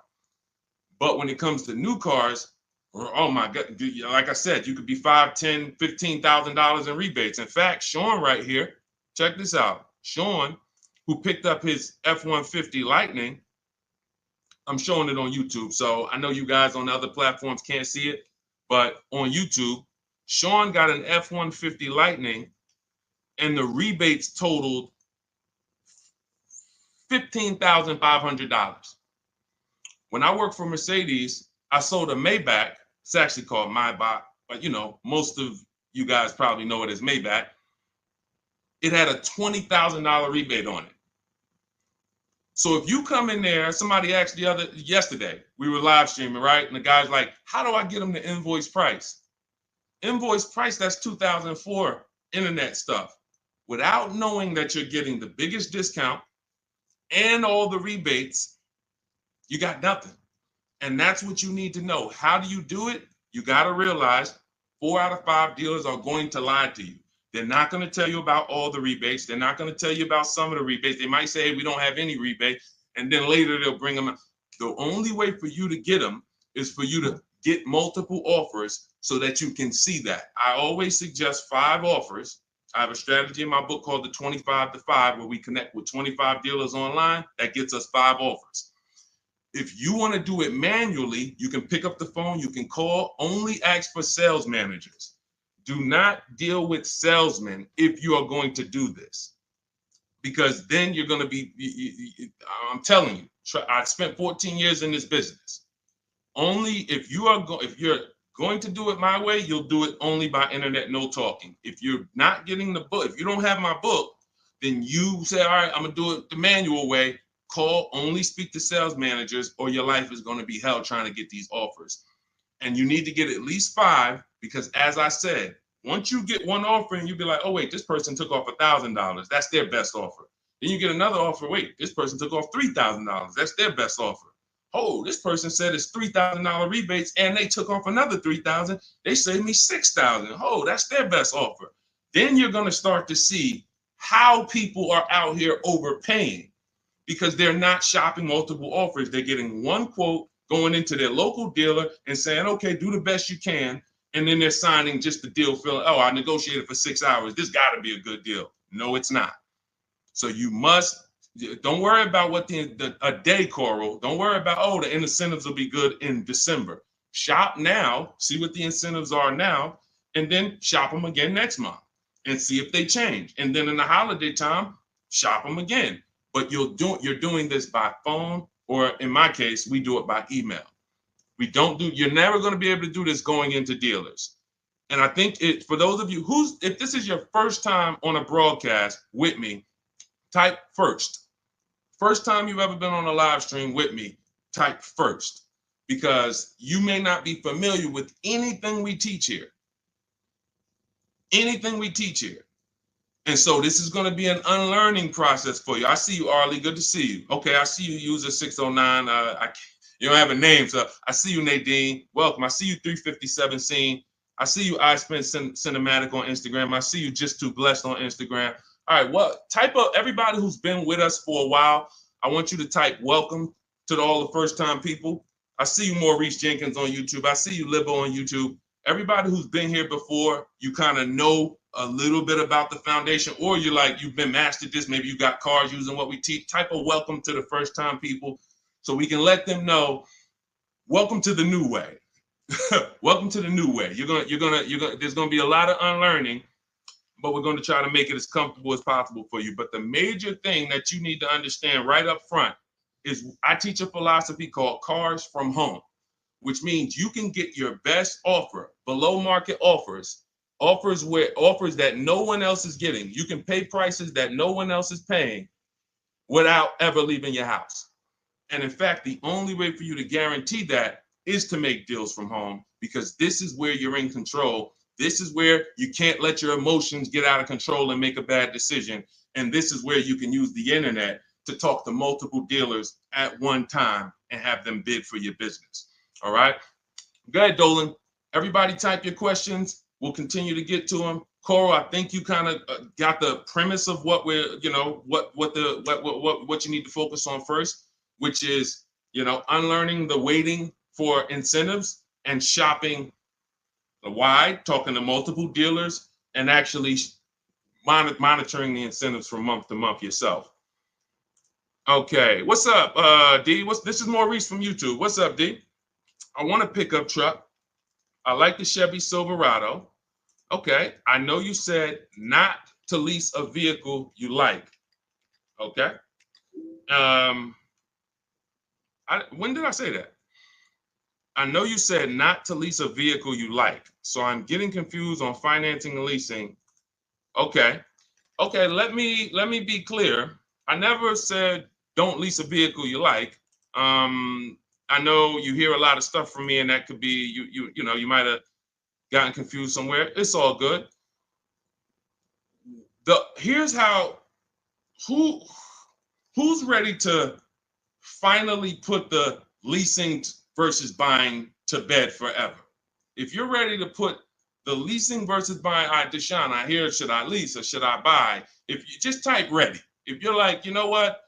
I hear videos from you, Deshone. I hear people from, I never used to hear videos about leasing 3 years ago. Now all of a sudden everyone's talking about, hey, you should be considering leasing, ready to consider leasing. I love numbers. And I love making the numbers easy for you. If I can't make the numbers easy for you, then I can't do what I'm called to do. The easy way to know from now on, should I buy or lease a vehicle, is to ask yourself, how many years am I keeping the next vehicle? When you're considering a lease, you're considering how you're going to beat depreciation. I see y'all tapping the screen. Every time you hear something on TikTok you like, just double tap the screen and y'all keep running those likes up. I appreciate it. TikTok brings more people over here. And, you know, I appreciate you guys. You guys help this message spread. You need to ask yourself, this is the first question. In my book, some of you have it, my digital book, Cars from Home. The first question before anything, before what car I want, is how many years am I keeping the next car? Because when you are getting a depreciating asset, you have to look at it like this. Every time you buy a car, I want y'all to think about this. What is this, Deshone? This is depreciation. If you buy a car today for $40,000, how much is that car worth in how much is that car worth in 5 years? Throw some numbers out there. You buy a car today for $40,000 in 5 years, average miles, how much is that car worth?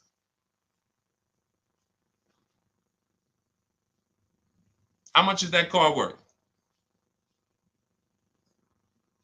Throw some numbers. 22. That's a good estimate. That's a good estimate. 357 said 4,000. You're not losing that much unless you just bought trash. Now, there is something coming to electric car owners soon, and we'll talk about that. Remind me to talk about the huge warning I have for electric car owners before we end it. 20,000. Now, check this out. If you buy a car for 40 and it's worth 20, okay, that's good. That's half in 5 years. I think it's going to lose more than half in 5 years, quite honestly. But when you're getting your car, you're trying to ask yourself, how am I going to beat depreciation? How am I going to prevent having something that I tie up money in for 5 years and that money is just losing value every time? Now, the way you beat depreciation is to keep the car a long time. Who has a car outside right now that they've had it more than 8 years? Type me. You know, if you have that car more than 10 years or 8 years, 10 years, you're not worried about what it's worth. It's going to be worth the same next year, about the same next year as it is today. That means you beat the depreciation. That means your depreciation is no longer like this. It looks like this. Today, your car is worth $8,000. Next year, your car will be worth $7,500. You're not losing that much value. Now, if that's not you, Deshone, I don't keep a car that long. 8 years, are you kidding me? No way I'm keeping a car that long. You should be shopping for a lease. Because when you get a below market lease, let me show you what a below market lease looks like and why there's no comparison to a below market lease versus a person who's buying. I'll take a random deal. Let's take Rosalie's deal. Rosalie she just got an Infiniti. I'm showing it on YouTube. Y'all can't see it, but I'll spell it out for you. She just got a $60,000 Infiniti truck. She's paying $592 a month, no money down. She gave him $592, drove off. Now, she got that price by getting multiple offers like I teach. You're not going to walk into a dealer and get that price. She contacted dealers online, had multiple dealers submit offers. The best dealer came in at $592 for a $60,000 vehicle. That's what we consider a 1% lease or less. Major value is the 1% lease rule has been around for a long time. $592 a month for a $60,000 vehicle. On the opposite end, we got people going out buying that $60,000 vehicle. If they did no money down, that's a $1,200 payment. So it's not even close. And it comes down to depreciation. All you have to ask yourself is, am I going to shop for a car that I'm keeping more than 8 years? If so, I'm purchasing. Don't think about leasing. It's not even important. Don't even think. People say, Deshone, you think everyone should lease? Absolutely not. If you're somebody who has the discipline and values to keep a car 8+ years, you should not be leasing. You should be shopping for a below market purchase, new or used. But if you're not keeping a car 8 years, you are spending thousands of dollars more than a person who's getting great lease deals. It's not even close, thousands more every year. And they're driving better cars than you. So Maurice, the only question you need to know about leasing is, are you going to keep this Chevy Silverado 8 years or longer, or less than 8 years? If less than 8 years, you shop for a lease, brother. Okay? Go ahead, Dolan. Next question. That's the formula, guys. That is the first question you ask yourself. The buying versus leasing question. How am I going to beat depreciation? Nothing more important than that. Got to put your deal on the right foundation. Okay, this is 777 from TikTok. They repoed my car. Do I still have to pay for the remaining balance? Well, that's a credit situation. When they repo your car, it's going to end up on your credit, and until you settle that balance, it's going to be there as a repo, and it's going to hurt your credit more. So at some point, you're going to have to deal with that. It's not going anywhere. So what a lot of people, and I would tell you, everyone who's having credit issues, you should be following Shonda Martin, Road to 750 Plus on Instagram, on TikTok. She's on every platform, and she teaches. She's basically the me of credit. All she does live Q&As. She can, go rapid fire Q&A. And when someone can sit on a live and answer questions on the fly, like random questions, that's when you know they're an expert in their subject. And I've seen her do that dozens of times. So you should be following her to see how to deal with that repo in the best way. But for sure, it's not going anywhere until you handle it. Go ahead, Dolan. Next question. All right. This is called RAV4 EXL Premium versus CRV EXL. Which is better to negotiate discount with at a dealership? There's no way to know that. I know you want an easy way to see, which is going to give me the best discount. That's just not how it works. You have to shop the offers, and you have to see what the best offer is. If I'm shopping for a Honda, if I wanted a RAV4 EXL right now, I'm contacting dealers. I'm letting them know what I want. I'm reaching out to multiple dealers. I do it online. If you want to do it online, you can type the number 1 on Instagram or Facebook. I'll send you the discount link for my digital book, Cars from Home. You can use my scripts. All my email scripts, all my templates are in there, and you'll have the blueprint step by step. You can get your copy for 75% off in my TikTok bio or in the YouTube comments. If I was doing it manually, I'm calling and I'm getting multiple offers for this RAV4 EXL from multiple Toyota dealerships. And then I'll see, okay, the best Toyota dealer said they'll take off $4,000 from me. Okay, all right, cool. All right, now let me get the Honda deals done. So it's you don't know what it's going to be. Like give you an idea. This person, Kimberly here on her Maserati, she got a Maserati. She saved $20,000 off the price. I got the comment here. I got her post here that she posted with the details of her deal. $20,000 she saved on the price. She didn't know that she was going to save $20,000 on the Maserati. There's no way to know. You have to shop the offers, and this is why you can't feel for the bottom. You can't hope, I think we're at the bottom. I think this looks like it's good. No, you don't know that. You don't know how. You don't know. You just don't know. I know you're looking for an easy way to do it where you press a button, and it tells you this dealer here, this Honda dealer in Madison, New Jersey, is going to sell the Honda at the lowest price and give all the rebates. That'd be cool. It's not going to happen because no one dealer is going to always be the best anyway, or they'll be out of business. If you beat your competition every single time on every car, you're not making any money. You'll be out of business. So at the particular time you want to shop, the mission is to find the dealer who is going to sell you the car at the lowest price, because every one of them is different. So that's what I would do. And if you use my way, you do it quick. When you're using online tools, you can do it quick. Look, Ansley got a car. He said right here, he got his what did Ansley get? He got an Infinity truck. He got a 2024 QX. He said, I started the process Saturday. I accepted a deal Monday. Got the car delivered on Thursday. One weekend. Started the process connecting with dealers on Saturday.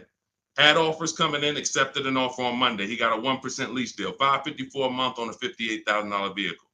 You can do this on new cars. You can do this on used cars. You have the internet as at your disposal. You just don't know how to use it. And you have people you have two departments in car dealers. You have what I call the sales floor. That's who I used to work with, the sales floor. Then you have the internet sales department. The internet sales department is to try not to give you a price and to make people who are trying to shop online get frustrated so they eventually come in. That's the goal of the internet department. And you have to know that the reason why it's hard for you to get quotes online is because you don't know what to give a dealer to get quotes. You don't know. You got to give them your zip code so they can work the tax. You don't know. They need to know what vehicles are in your household. You're getting defensive. Hey, why are they asking me for this? Well, it's because they need this stuff. That's why in my templates, I give you this stuff. They need to know what cars are in your household. They need to know when your deadline is. They need to know what your zip code is. They need to know what credit they should assume. These are the things this is why, Deshone, I tried shopping online, but it was so hard. I know, because you don't know how to do it. And if you admit you don't know how to do it, then we can help. But without unlearning, without saying, you know what, I need to unlearn this stuff that I was taught, you're just going to keep repeating that. So that's why I'm bringing you this and showing you people who are just like you. You have to shop the offers. And once you do that and you learn how to do it in 90 minutes, you'll be like, oh, I can shop any offer I want. Any car I want, I can find out what the best offers are in 90 minutes. But we got to get you there. Go ahead, Dolan. Shoot the next one up, bro. Unique Devo on Instagram. Car payoff 1 year. Should I trade it? 2015 still running. Well, it sounds to me like you want a new car. Look, the cost of replacement is expensive. If you're considering replacing your car, I always say it's always cheaper to keep it. It's always cheaper to keep it. If you can put, do you have a local mechanic? You should. Everyone who has a car, especially an older car, you should have a local mechanic. Why? Because a local mechanic is going to save you 50% off of what a dealership is going to go through. There's some people who religiously go to dealerships every time something on their car goes wrong or breaks. They go to the dealership. Even with engines. Yeah, Deshone, I put a new engine in and paid $10,000. Listen, local mechanics will actually save. They're worth their weight in gold.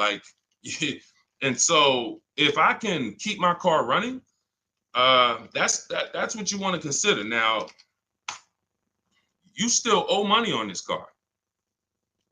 So you shouldn't be buying cars. You should be leasing cars.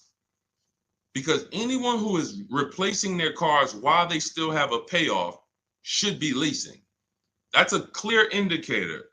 There's many indicators. I gave you one. If I'm not keeping the car 8 years, I should be shopping for a lease. If you historically replace your cars while they still have loans on them, you should be leasing, because you're paying all the time.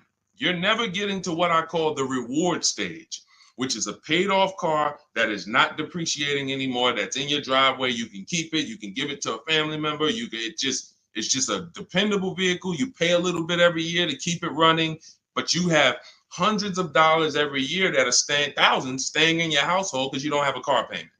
That's the reward stage. You have to get there.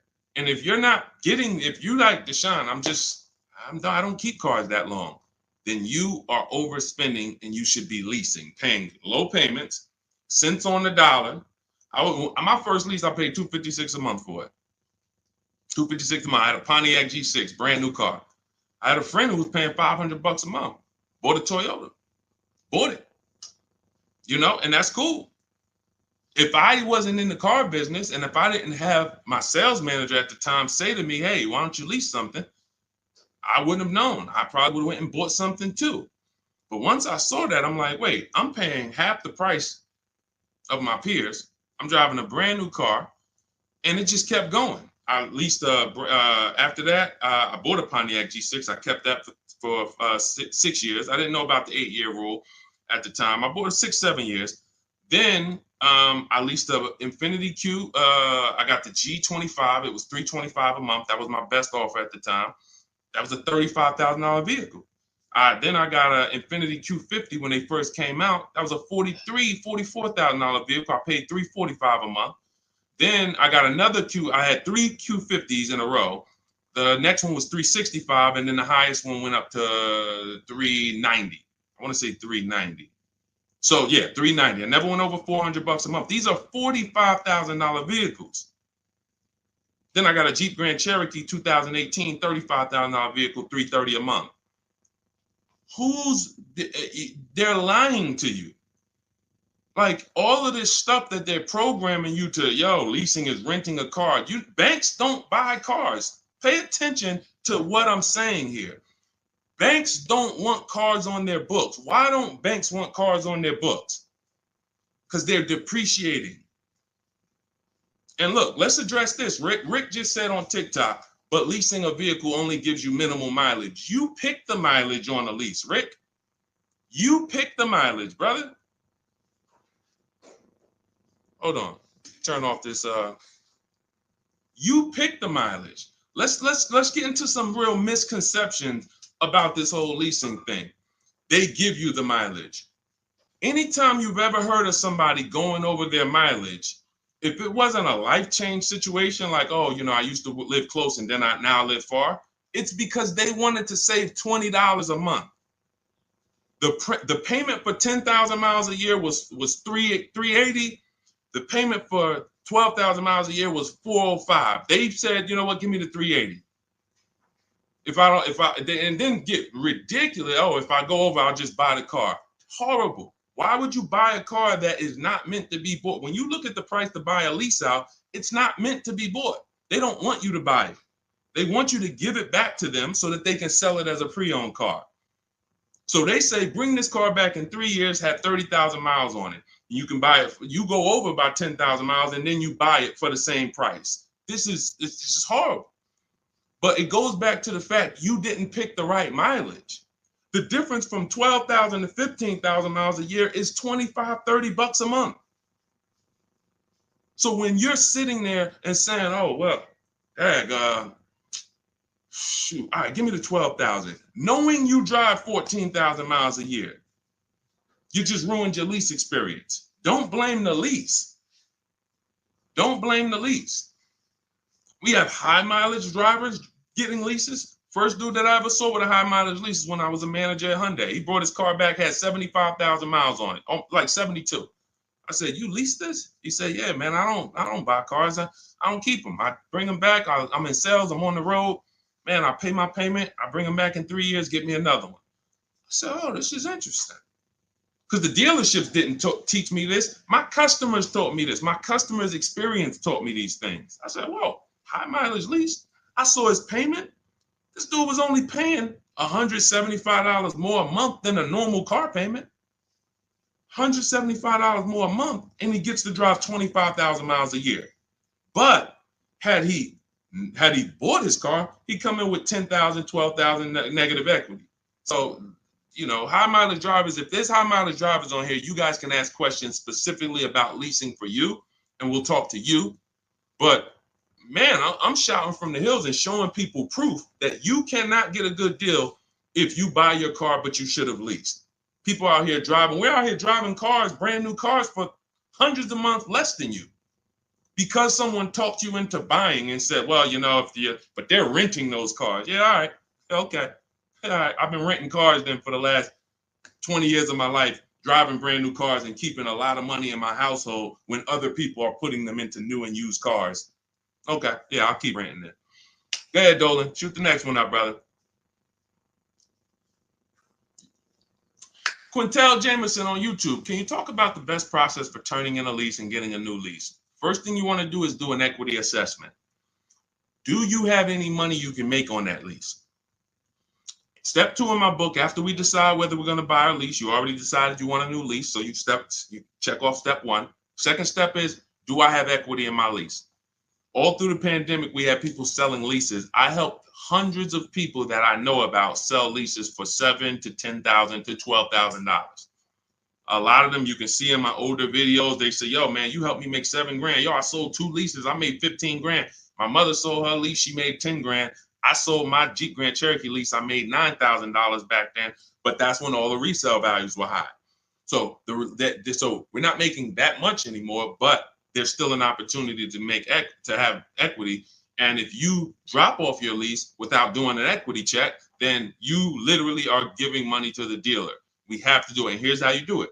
You call your bank, you ask them what your payoff is. Once you get your payoff, then you call and you go to these 6 websites. You do this in 20 minutes. Go to Carvana.com, go to CarMax.com, go to Driveway, go to KBB Instant Cash Offer. That's going to connect you with a local dealer online to put a price on your car. All of this stuff is instant. And these are all companies that you go to, you look at they look at your car, they say, okay, looks good. They go to the accounting office, they come back and give you a check. It's that simple. AutoNation and Car Gurus, we get 6 offers because everything we do is a bid. Like in the Cars from Home way of getting cars, the way we guarantee we got all the money and we saved all the money and we paid less than everyone is we get bids. Online systems allow you to get bids. When you shop on Amazon, that's a bidding system. That's a bidding system. The real estate market at large is a bidding system. They use competition to create the price. The only industry that doesn't is the car industry, but we do it. Cars from Home, we do it. So you're going to get those 6 offers and you're going to see, can I break even selling this car? Can I make $1,000, $2,000, $3,000 selling this car or more? Some of you have a lease and you didn't drive that much. Deshone, I had the lease. I only put 5,000 miles on it. You should be selling that lease and putting some money in your pocket before you go into your next lease. So, I know there's a lot of people on here. You might have didn't know you could sell a lease. Type a question mark if you didn't know that you could sell a lease. Deshone, I never even knew I could sell a lease. Type a question mark. Type a question mark. First thing we ever do before we return a lease, because we are not going to depend on a dealer. I see you, Stephen Romero. Thank you for being honest. I see you, Jason Wilson. If you didn't know you could sell a lease, how much does that cost you? How much does that cost you already? I see you, Rick. Shout out to the people being. I see you, Stino, Cat Mom. I see you, Quintel. Yeah. So what we do before I will never return a lease, and we do this about 6 months out before the lease is up. We do this equity assessment. It's the second step in my process. All of this is in my book. If you guys want if you're like, Deshone, I want the blueprint. Give me the step-by-step. That's my new digital book, Cars from Home. Anyone on Instagram, you comment 1, I'll send you the link to get it for 75% off.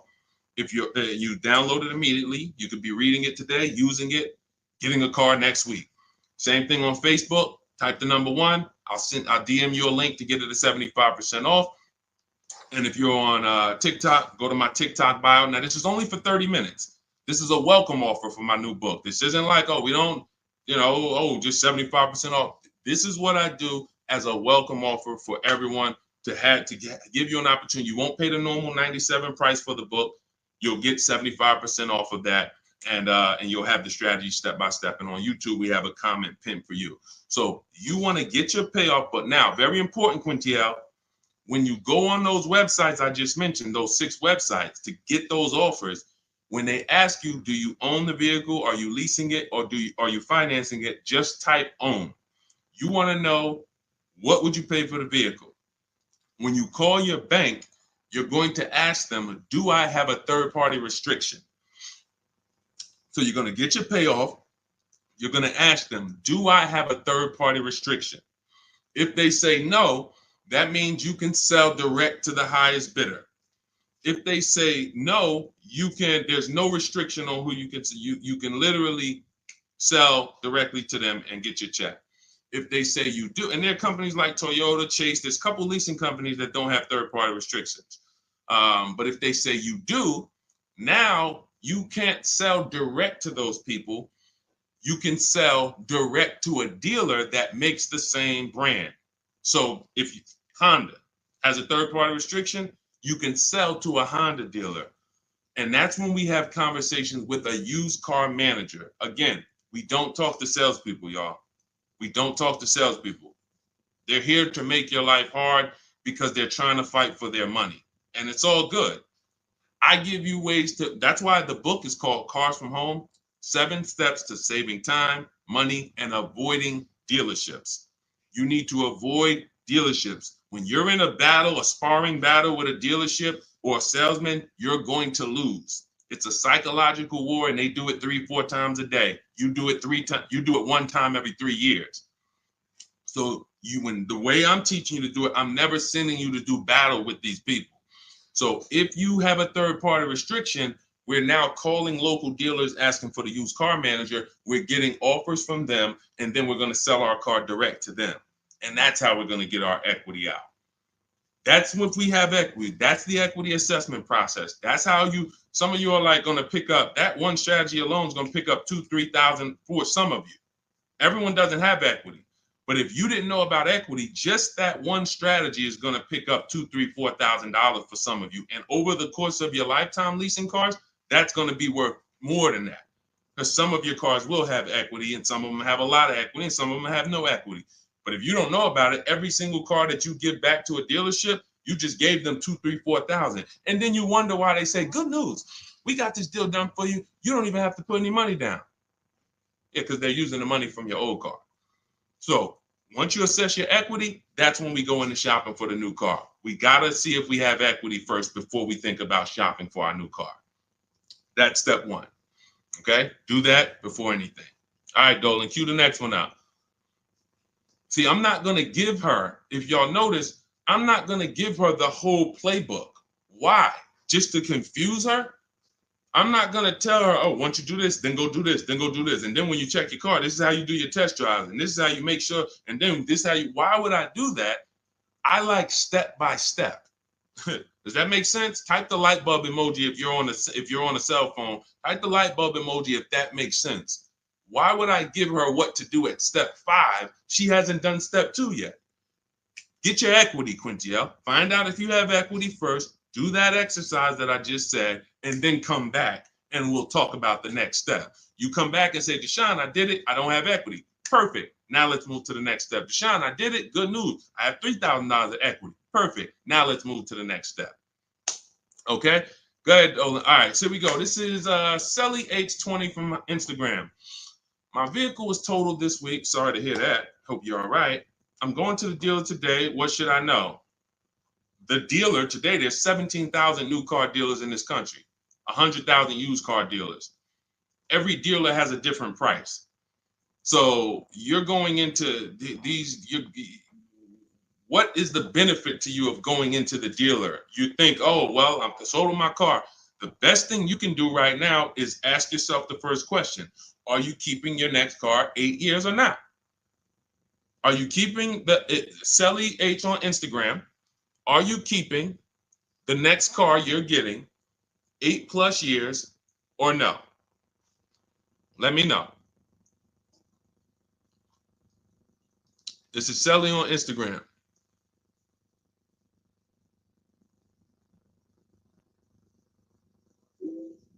This is the first question. I want to give her time to ask. See, car buying, to pay the prices that you want to pay. It's not one step. It's not just give me this one jumbo step. No, it's a series of steps. It's a series of steps. And I think we live in a world right now that has programmed people to think, oh, I'm going to microwave my way to this whole car deal. Put it in the microwave and somehow I'm going to come out and pay less than everyone else. That's not how it works. You try that, you're going to pay more than everyone else, like all of these people out here who 9 out of 10 people going into a car dealership. If I was able to say, hey, how you doing? I see you just got your car. How you doing? My name is Deshone. They call me Deshone the Auto Advisor. You mind if I take a look at your car deal? You mind if I just take a look at your paperwork? Sure. 9 out of 10 people, I would say, all right, let me ask you a question. If I bet you $1,000 right now that in 48 hours I could find a deal way better than this that you just paid for, this contract that has your name on it, this is your monthly payment, this is how much you just gave them. Would you bet me $1,000 I can't find a deal way better than this? Not even close, thousands less than this. Most people are not taking the bet. And that's because they don't have confidence in their car deal. There's nothing else in life that you do this with. There's nothing else. You will never start a business and be like, oh, I started this business. Me and my family put up 50 grand for it, and be like, all right, well, did you do your due diligence? Did you, you would be like, yeah, we got an attorney. We did some consult. We took our time. It was a big decision for us. But a car, same 50,000. I'm going to go into the deal. Oh, and I want to make that deal today. It's programming. That's why I represent the unlearn, relearn brand, because I found when I first started teaching this, if people weren't willing to unlearn, those are the people I couldn't help. But the people who, they text me, unlearning. If you're unlearning, type the letter U, unlearning. This stuff is programming. And so I want you to really get out of that programming and realize that your safety is right at home. If you realize that everything that is going to save you money on your next car is right here in your living room, it's right in your office while you're at work. If you're traveling and you got an internet connection and you're like, man, I can make a deal from the airport. That's what it's about. The place you do not want to be is in the dealership trying to make a deal. There's no leverage there. There's no ability for you to shop competition there. And that's where everyone is overpaying at. Okay, we just talked about, Brandy, how to assess equity. If you're on YouTube, you can jump on it, watch the replay, or on the replay on Facebook. The only place the replay doesn't get posted is TikTok, but on Facebook, Instagram, or YouTube, you can see the replay. We went over how to do the equity assessment, how to call your bank, how to go on the websites, what to put on the websites to see if you have equity in 20 minutes. It literally takes 20 minutes to get those 6 offers. Go ahead, Dolan, shoot the next one up.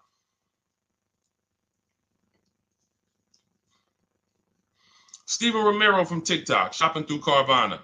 Carvana is one marketplace. That's all it is. Carvana, I know Carvana is, oh, you don't have to see, the reason Carvana wins is because people are scared of dealerships. There's no other reason than that. Carvana has historically paid more, especially throughout the pandemic. They were paying more to buy cars than anyone else. So let me ask everybody on here a question. We got at least, we got a good number of people on here. Let me ask, got some intelligent people. If you are paying more than anyone to buy cars, when you sell those cars, are you going to be higher or lower than anyone? If you're paying more than everyone, you're paying more than dealerships to buy cars. Everyone was selling their cars to Carvana, selling their cars to CarMax. If you are paying more than everyone else to get your inventory, when you sell your inventory, is it going to be higher or lower than everyone else? Exactly. Higher. Exactly. But how do they do this then? They do this because people are scared of dealerships. So they would pay more just to be able to say, thank God I didn't have to go to a dealership. Man, I saw my car come down that vending machine, and then I saw that car pull up to my house on the Carvana flatbed, and you just overpaid $5,000 for that car. They charge you for their service. Hey, to avoid going to a dealership, listen, we're not giving you the best price, but we are giving you the best experience. In our case, there's tons of dealers who will deliver a car to you. There's tons of dealers who you can have the same experience with. Every time we get a car, we have the same Carvana experience. My experience, the people who, look, everybody who you're going to see me go after right now, and if you hop on YouTube, you'll see this. Look, Tosha's experience, just like Carvana, did it from home. Look, Vincent got his used car, 43% off, 3-year-old Lincoln, 43% off the original price. Got it on, got it from home. Look, Ansley, we already went over Ansley. Sean saved 20 grand on his F-150 from home. That's a Carvana experience. Look, Rosalie, we already talked about her. Carvana experience. Look, Jen got her Subaru, leased it from home. You can give yourself the Carvana experience without paying the Carvana price. And when you're shopping for a used car, Carvana is just one marketplace. You also need to open up CarMax, Driveway. In my book, I have what's called the multiple marketplace strategy. The way you shop for used cars, the way we shop for them, is different than the way we shop for new cars. New cars, we use a strategy called the 25 to 5. That's when we reach out to 25 dealers. So we're shopping for a Toyota. We're going to reach out to 25 Toyota dealers online. We do this in 20 minutes. We send them our templates. All of that is in my book. It's a digital book. You copy and paste my template. So you do need to be able to copy and paste. Let me preface that. Do not get my book if you're not familiar with copying and pasting and emailing. I got to preface that. I know people, Deshone, isn't everybody good with that now? No, everyone's not good with that. I've been doing this for 3 years now. I know everyone is not able to copy and paste and just send emails. You know, everyone, that's just, so I have to preface that. But that's how we reach out to new car dealers. We're going to reach out to them for leases and for new cars online using scripts, and we're going to get 5 offers with the scripts. With used cars, it's totally different. We're not reaching out to 25 dealers. Every dealer has their inventory on a marketplace. If they don't have their inventory on a marketplace, do not shop for it. Don't talk to them about it. If they don't have that inventory in a place where it's in a competitive environment, I don't want to talk about it. Who saw the video when I was in the car dealership and I said, this is a used car, it doesn't have a price on it. I was in the car dealership and I said, look, anytime you see a used car, if it doesn't have a price on it, you know, don't negotiate on it. If you saw that, type I saw it. Whenever someone is not putting a price on a vehicle for any reason, it's because they want to make the price up and negotiate down. So let's just say I'm a slimy dealer. Let's say I got a $40,000 car. It was $40,000. I was at a dealership yesterday. We made a commercial about a dealership, and I looked in the car. It was a used car. It was a 2018. It had, the only price it had on it was the original price of the car. So it had literally, it was around a $40-something thousand car. It didn't have a used car ticket, $22,000, nothing like that. So it had a $40,000, and it had all the stuff that was in the car, original. But it's a 2018. So what happens when a person says, hey, how much you want for that car? And there's no internet that they're comparing that to. They're going right on there and just saying, okay, that person has a great opportunity to make up a price and say, well, you know, we're asking $24,000 for it, but you know, our asking price is $24,000.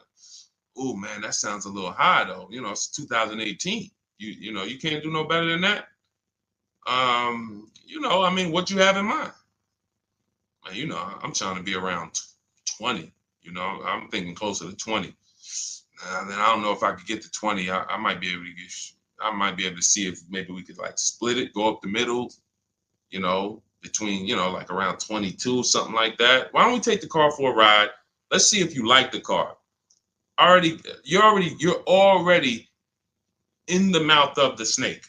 You are literally a mouse in the viper's mouth. Once you've already agreed to talk about a car that doesn't have a price on it, you're done. Because let's just say if that same dealer had to list that car online, that car might have been listed for $18,000. But because you walked in and started talking about it and say, hey, well, you know, what do you think? This is how people leave happy. Man, you know, let me ask you, honey, you get home with your wife, like, you think you got a good deal on this? I think so. I think the guy worked with me because, you know, they said they was asking 24. And you know, I went in there and you know, we made a deal about 22, a little under 22. He took off 2,000 from me. No, he didn't. There was no real price. So this is why you want to be on marketplaces where all the prices are listed. Cars.com, cargurus.com, carfax.com, carmax.com, carvana.com. That's one of them. 8 market, eBay Motors, one more, Driveway. So there's 8 marketplaces, 8 major marketplaces. And you want to sit back and shop for your car like you be shopping for a TV on Amazon. And you'll realize once you start doing this, you'll see The same car that was at my neighborhood dealer that I liked, there's 50 of them within 100 miles of me. There's 50 of them. In fact, once I pull a Carfax, I'll see that one didn't even have a good Carfax, the one I was looking at. That one didn't even have the service records that I want to see. These are the things, this is why shopping marketplaces make sense. You want to shop, I talk about this all the time. It's called my multiple marketplace strategy. I made videos about it. I've been posting about this since I came to social media. Marketplaces. And again, the only people who are going to win with this are people that's locked in. People who are serious about saving their money, who take car buying serious. Everybody who like Deshone, this sounds harder. What, you want to go in the dealership and just go ahead and let them just work you a deal? God bless you. This is not for everybody. I know this. This is for the people who like Deshone. I want to make sure, and it's easy. All the people who you see me showing you, Jared, all of these people that's posting their cars, Teddy, if you're on YouTube, you can see this stuff. These people are never going back to the old way of shopping. We are never going back because this is so much easier. And once you get it and be like, man, shopping online is a million times easier. I don't have the anxiety and there's nobody pressuring me. Oh, all of these people are competing, sending me emails. Hey, can we do this? Hey, what if I get to this? What if I get to... They're never going back. And that's the world I want you to come to. I want you to unlearn that old world, come over to the new world. Go ahead, Dola, shoot the next one up. I think we hammered that point home because we get that question probably every day. Carvana, something about almost every stream, somebody said, hey, what about Carvana? It's one marketplace. And they're 99% of the time, Carvana is going to be the highest price for any car you're looking for. 99%, not 100, not 100. 99%. RL, looking to finance a Toyota 2025 Camry. Should I purchase the extended warranty? It's a great question. RL said he's looking to purchase a 2025 Camry. Should he purchase the extended warranty? So a warranty is a risk product. It's risk assessment. I might buy something and I don't use it.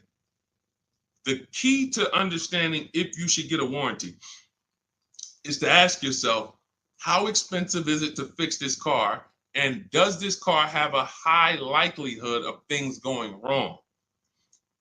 Give you an example, a Toyota, Honda, as long as you get a good one, and in his case, he's purchasing a new one, they have a history of inexpensive maintenance, and they have a history of things not going wrong. I wouldn't get a Toyota extended warranty. Why?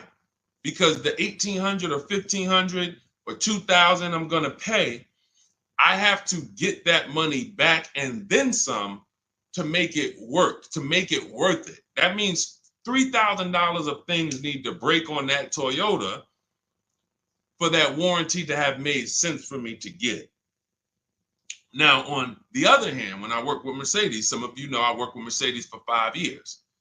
Every time I would have a client who was getting a Mercedes, I would ask them, how many years you keeping the car? If they said they were keeping it a long time and they weren't going to lease, then I would tell them after we made the deal, buy as much warranty as you can afford. That was and some of my clients in New Jersey, they can attest to that. That was I was very unapologetic about it. Buy as much warranty as you can afford.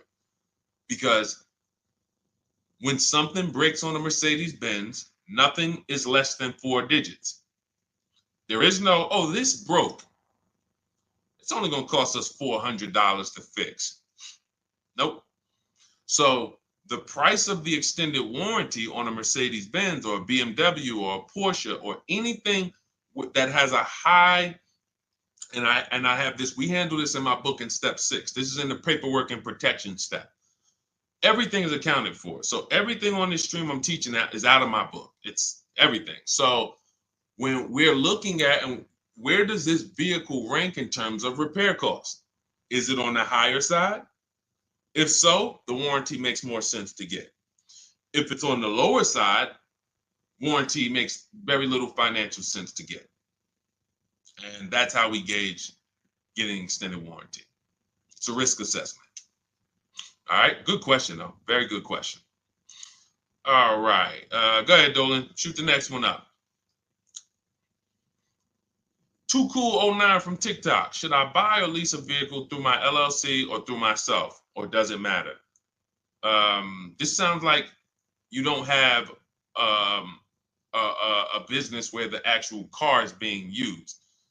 If you, a realtor, for an example, and could y'all double tap, keep double tapping the screen, keep running those likes up. I appreciate y'all on TikTok. Every time y'all double tap the screen, y'all run the likes up and keep them moving. TikTok continues to tell people about the broadcast. And shout out to the sharers. I appreciate you. Matter of fact, I got to jump off of here because what I'm going to do is, no, I'm not going to jump off now, but I have to do something. Somebody who shared yesterday, I got to go to my DM and I got to send her, I'm literally just talking notes to myself. Okay, so big talk about buying in LLCs lately. Big talks. You know, you see videos about it, get caught through your LLC. There's going to be tons of people audited who had cars in their LLC, writing certain things off and are not using the car for business. It's going to be very, very bad. It's coming because the IRS may come later, but they come. When they see, okay, we see people getting all these cars, they know the social media videos and people just putting cars in the LLC. If you are a realtor, for an example, when I was with the dealerships, I dealt with a lot of realtors. Came in, put cars in the LLCs. Why? Because they're on the road. They're using the car for business. They're writing off certain things, be it the maintenance, be it the repairs, or they're writing these things off. Why? Because it's actually business being done with the car. On the opposite end, you have people who have no business at all that involves that car. They're not traveling with that car to clients' houses. They're not doing it, but they want to buy the car and they want to write off tons of stuff or have some type of tax advantage. And now, I'm not a CPA, I'm not an accountant, I'm not giving you tax advice. I would just tell you that if your business does not involve a car or travel, I'm not going to ever tell you to put a car in an LLC name. Now, you talk to your accountant about that, talk to who does your taxes, but that's really the basis of if I should get a car in my LLC or not. Does my business do business with a car? That's it. And after that, you decide, how long am I going to keep the car? Then it goes back to the most important question. How many years am I going to keep the car? 8 or more, I'm going to buy. Less than 8, I'm going to lease. That's it. That's it. A lot of audits are coming. I'm telling you. You see the PPP loans. It took a while, but people are going to jail now. It's going to be the same way with these cars. People are not going to be able to pay some of these people getting Range Rovers. Yo, hey, I see you. You got this Range Rover. You wrote off like huge amount. Let me tell you, how much business was done in this car? Oh well, it's going to be it's going to be bad. That's why financial literacy is important, people. Okay, so all of this is out of my new digital book, Cars from Home, 7 Steps to Saving Time, Money, and Avoiding Dealerships. I can sit here all day for the next 2-3 hours talking about the strategies we use, the process we use, the system I created to help all of these people that I've been talking about in the broadcast save this money. You can see these deals, and some of you are going to go and you'll see, wow, I got that same car. I got to hit you with the bad news first. The bad news is, hey, Rodney Brown, I'm sorry to tell you, my man, but the same car you have, we just helped somebody get it and look what they paid. Dang, they paying a lot more than me. They put money down? No, they didn't put any money down. How they paying that low? It's because they know stuff you don't. They followed a process that you didn't follow. You went into the second most expensive purchase that you're ever going to make, and you just winged it.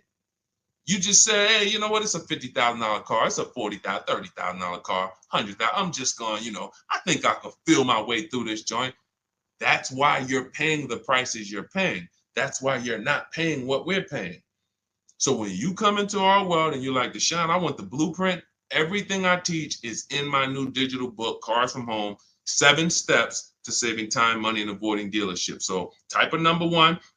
On Facebook, I'll send you the discount link. You can get the 75% off. Type the number 1 on Instagram. I'll send you the discount link. 75% off. That's our welcome offer. It's only for 30 minutes. And if you're on TikTok, go to my TikTok bio, get your copy for 75% off. And on YouTube, we have the comment pinned for you in the comment section for you to get yours at 75% off. And make sure you are reporting to me your deals, just like Tiffany.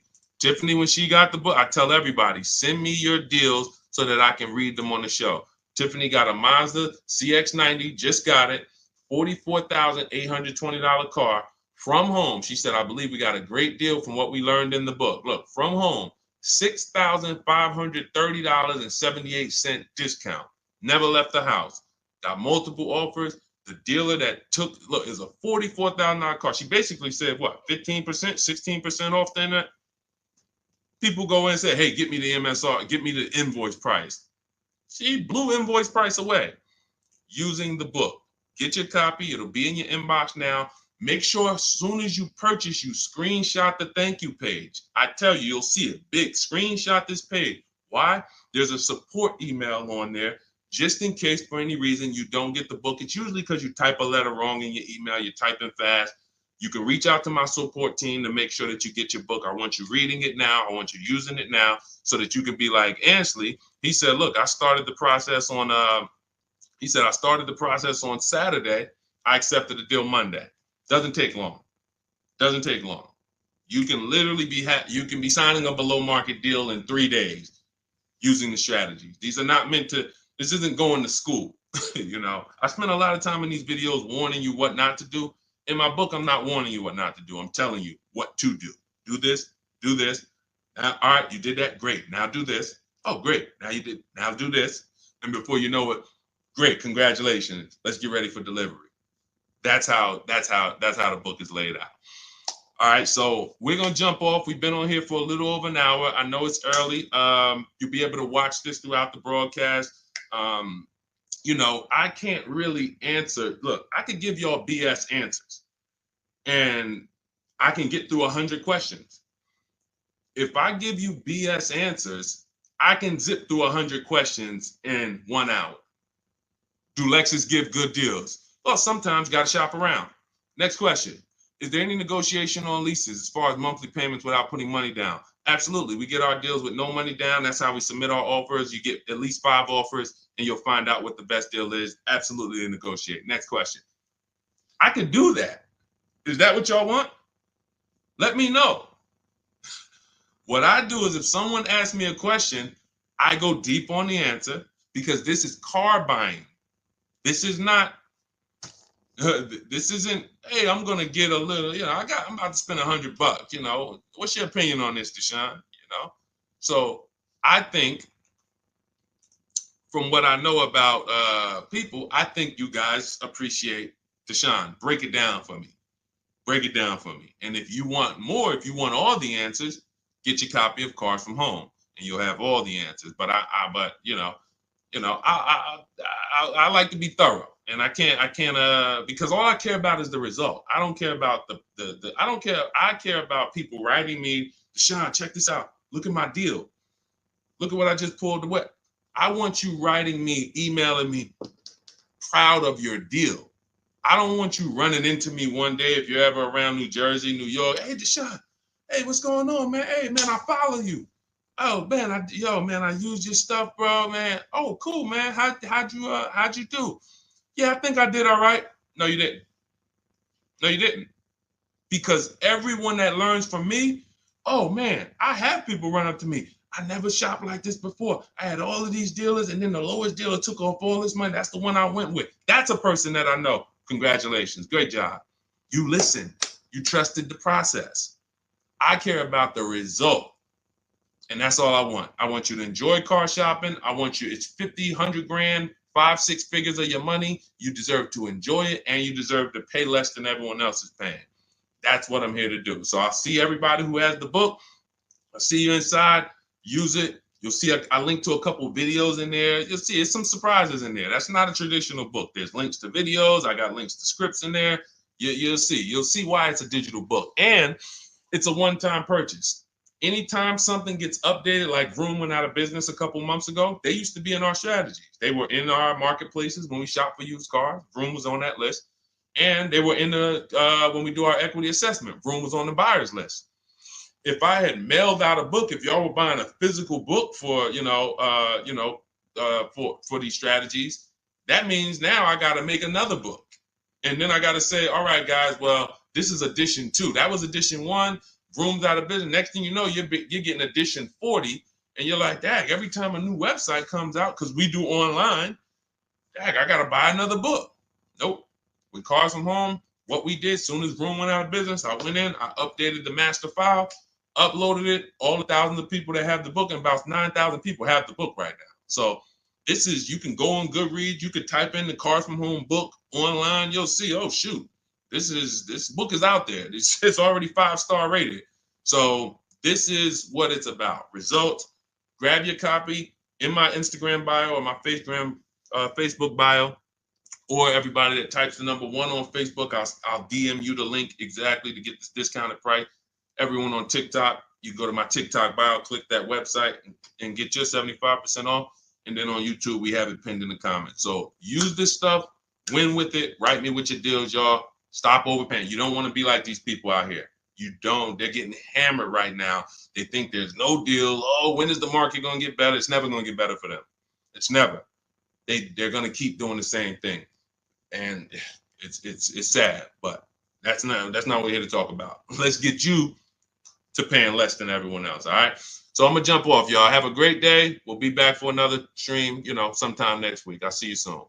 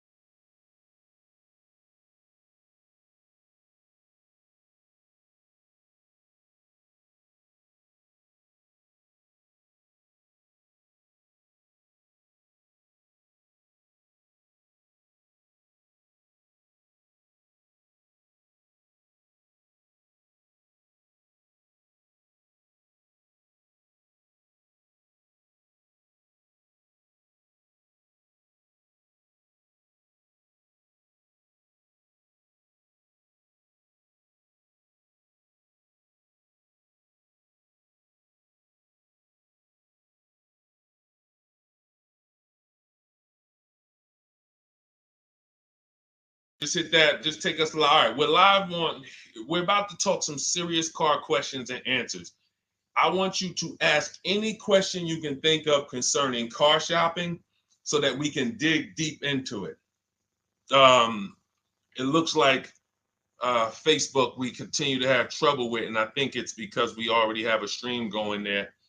See if you can get out of that stream, Dolan, if you can cancel that stream so that we can get on the Facebook. But I want you guys to start asking your questions. And Dolan, bring the first question in so we could get the show on the road. And then what we'll do is we can check the back end and try to delete the broadcast from Facebook so that we can get on Facebook. Okay, this is Sam from TikTok. So there's a car for $7,000. I want to sell my car worth $12,000. Can you explain that? Well, who are you selling your car to? If you say it's worth $12,000, then all right. We only get offers to find out what our car is worth. We don't use algorithm sites because that's worthless. An algorithm site is a site like Kelly's Blue Book. You punch in your year, make, model, and in 3 seconds it tells you your vehicle's worth $12,000. Right now, we have companies that bid against each other. And what you want to do is you want to go on your computer, go to CarMax.com, go to Driveway.com, go to Carvana.com, go to AutoNation.com, go to Kelly's Blue Book Instant Cash Offer.com, and go to Car Gurus.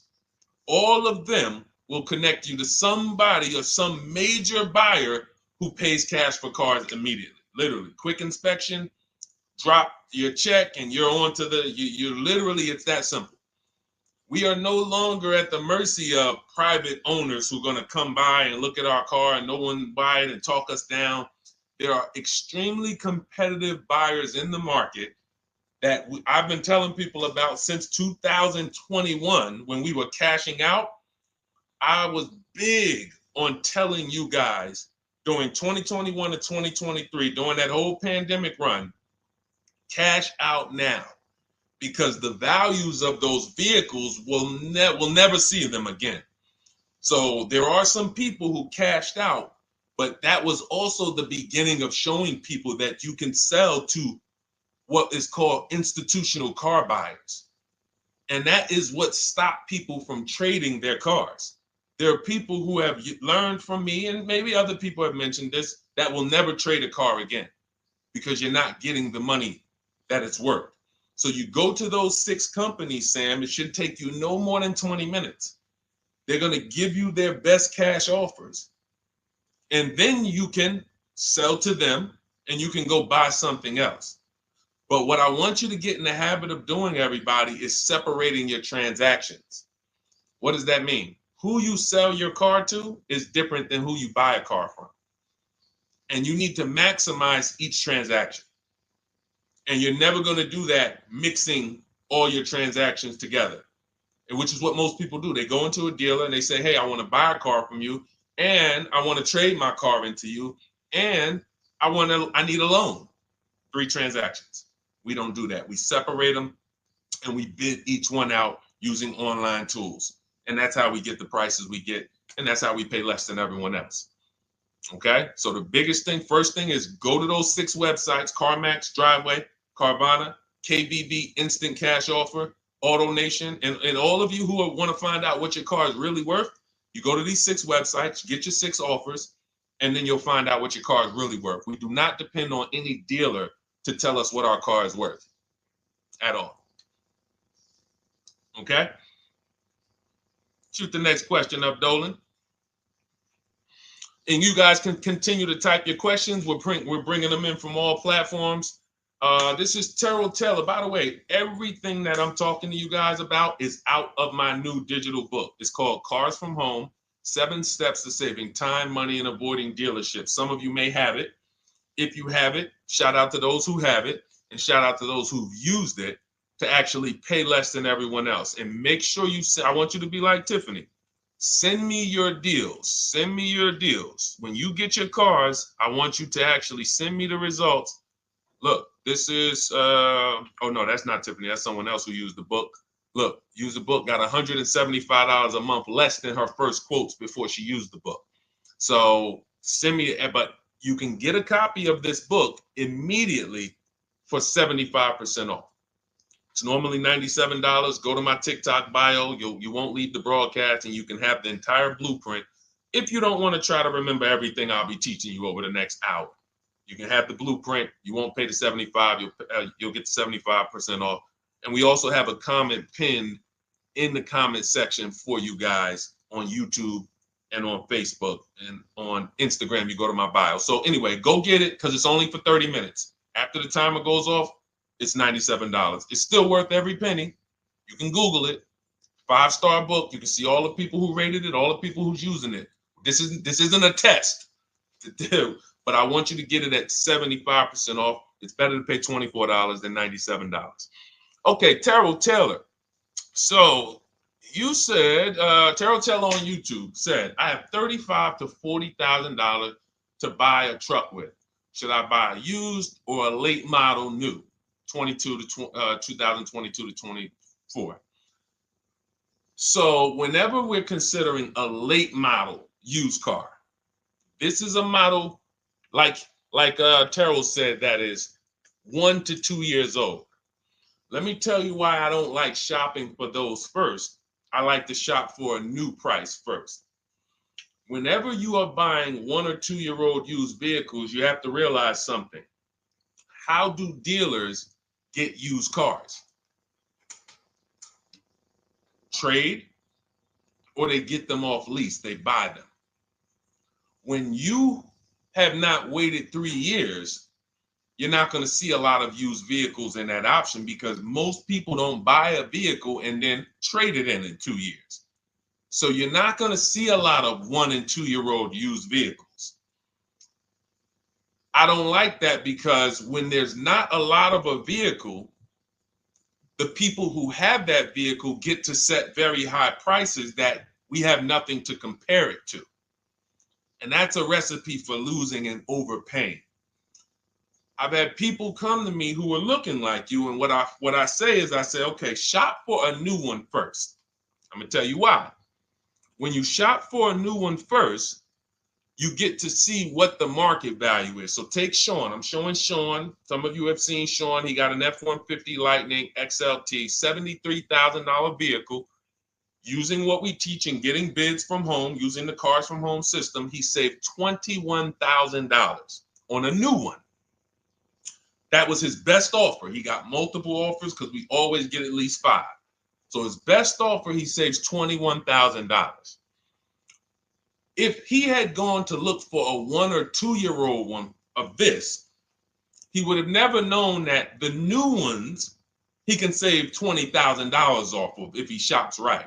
Now, some vehicles, it might be $7,000 off, $10,000 off, $5,000 off. The point is, until you know what the new market is for a vehicle, you can't shop a 1 or 2 year old one.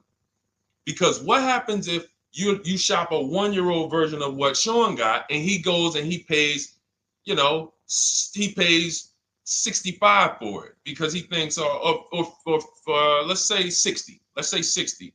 A brand new one, 73. Someone else is charging 60. All right, it's 2 years old. Let me get that one. Not 15 grand off. Problem is, he just overpaid for a vehicle because he could have got a new one for less than he got that 1 or 2 year old one. That's why the recent shoppers, anytime you guys are shopping 1 or 2 year old, you have to shop new first to find out what the market is. Now, in my book, I have my strategies for shopping new online and shopping pre-owned. It's totally different. Pre-owned, you want to go to all the marketplaces. If a vehicle's not on a marketplace, y'all, don't shop. Don't look at it. What does that mean? You ever walk into a used car dealer and you see a used car, but there's no price on it? Type a $ if you've ever experienced this. If you've ever looked at a deal, you've been in a dealership, you see they have a used car, there's no price on it. Type a $ if you've experienced that. Okay, I see you, Terrell. Okay, perfect. I see you, Don Dickey. Okay, perfect. All right, we have enough people. All right, Makeover Forever Studios. I see you. Okay, Todd May, I see you.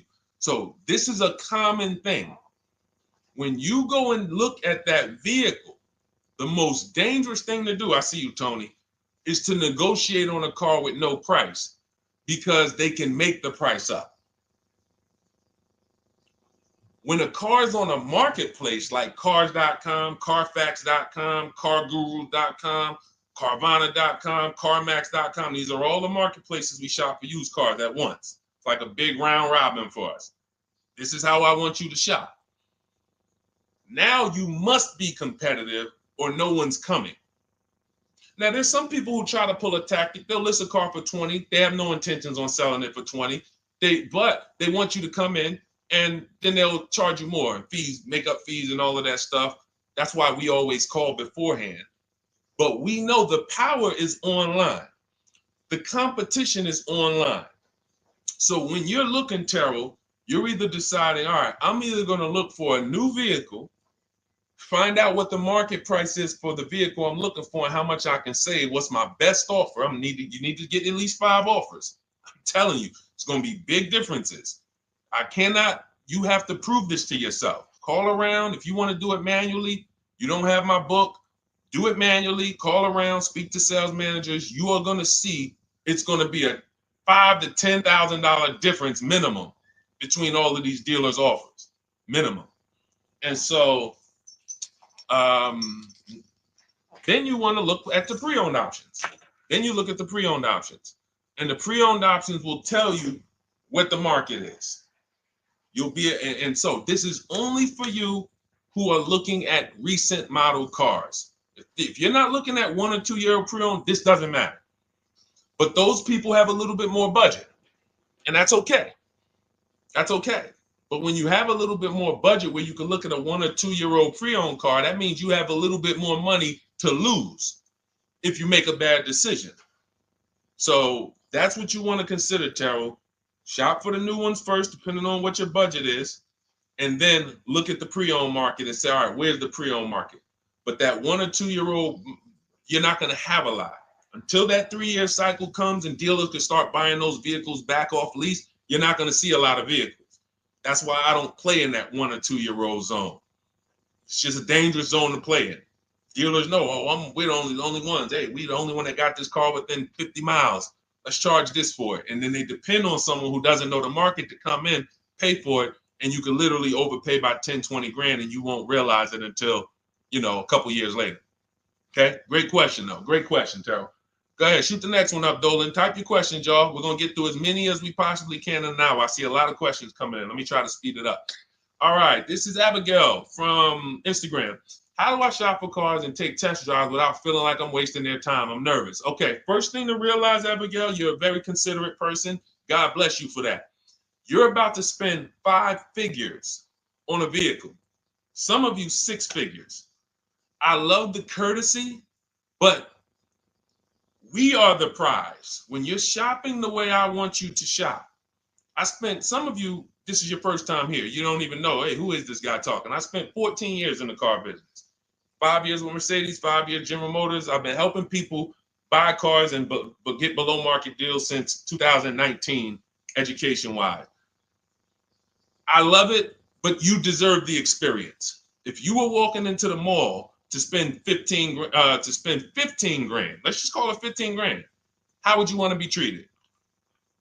Like royalty, right? Right? So, but I'm going to answer your question, but I need your mindset. A lot of what we're discussing is going to be the right mindset. You are the prize. That's why I don't want you going to dealers begging for discounts anymore. I want you sitting at home making dealers bid. This is how we do test drives on new cars and leases. New cars and leases. This is how we do test drives. I have it in my book because it's that serious. You're either going to have a great test drive or you're going to have a horrible test drive experience. We call and we ask the dealer, who's the most experienced person there? Who does everybody like? Who's the person that, has been there for a long time, just has a great reputation? Oh, that's John. John is just, he's been here 20 years. Everybody loves him. Okay, can I speak to John? Hey, John. My name is Deshone. I'm interested in the Honda Pilot. I just like to test drive it. I'm in the process of deciding what I want. And, do you have this particular model? You have one there that I could test drive? John, because we asked for the best person, we're typically going to get somebody who is not going to lie, usually.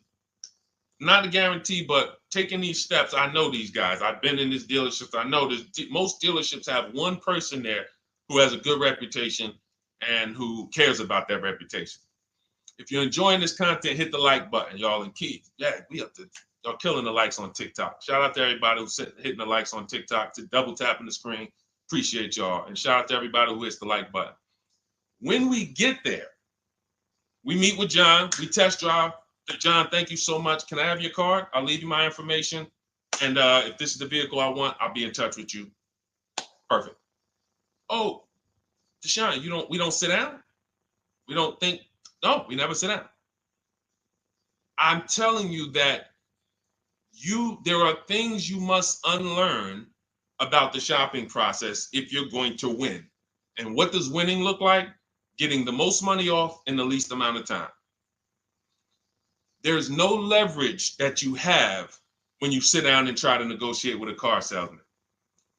Every single dealer around you that wants to compete for your business, you can't talk to them while you're sitting in one dealer talking to a car salesman. That's why we don't do it. We get a card. Thank you so much. Listen, if this is the one for me, I'm going to give you a call. Simple. Pressure's off. There's no pressure in our system. You can't pressure us. That's what I want you doing. New cars, leases, that's how you test drive. 20 minutes, you're in and out. And I'm a car salesman at heart because that's what I am by profession. I would never develop a system that would allow you to waste car salesmen's time. I just wouldn't do it. I developed a system that when our people go get cars, look at Ansley.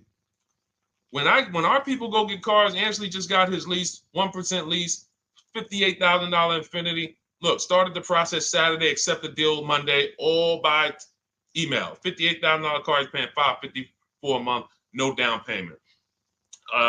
You know, we have tons of these. None of these people spent. Look at Jared. Lease like a boss, $569 a month down to $520.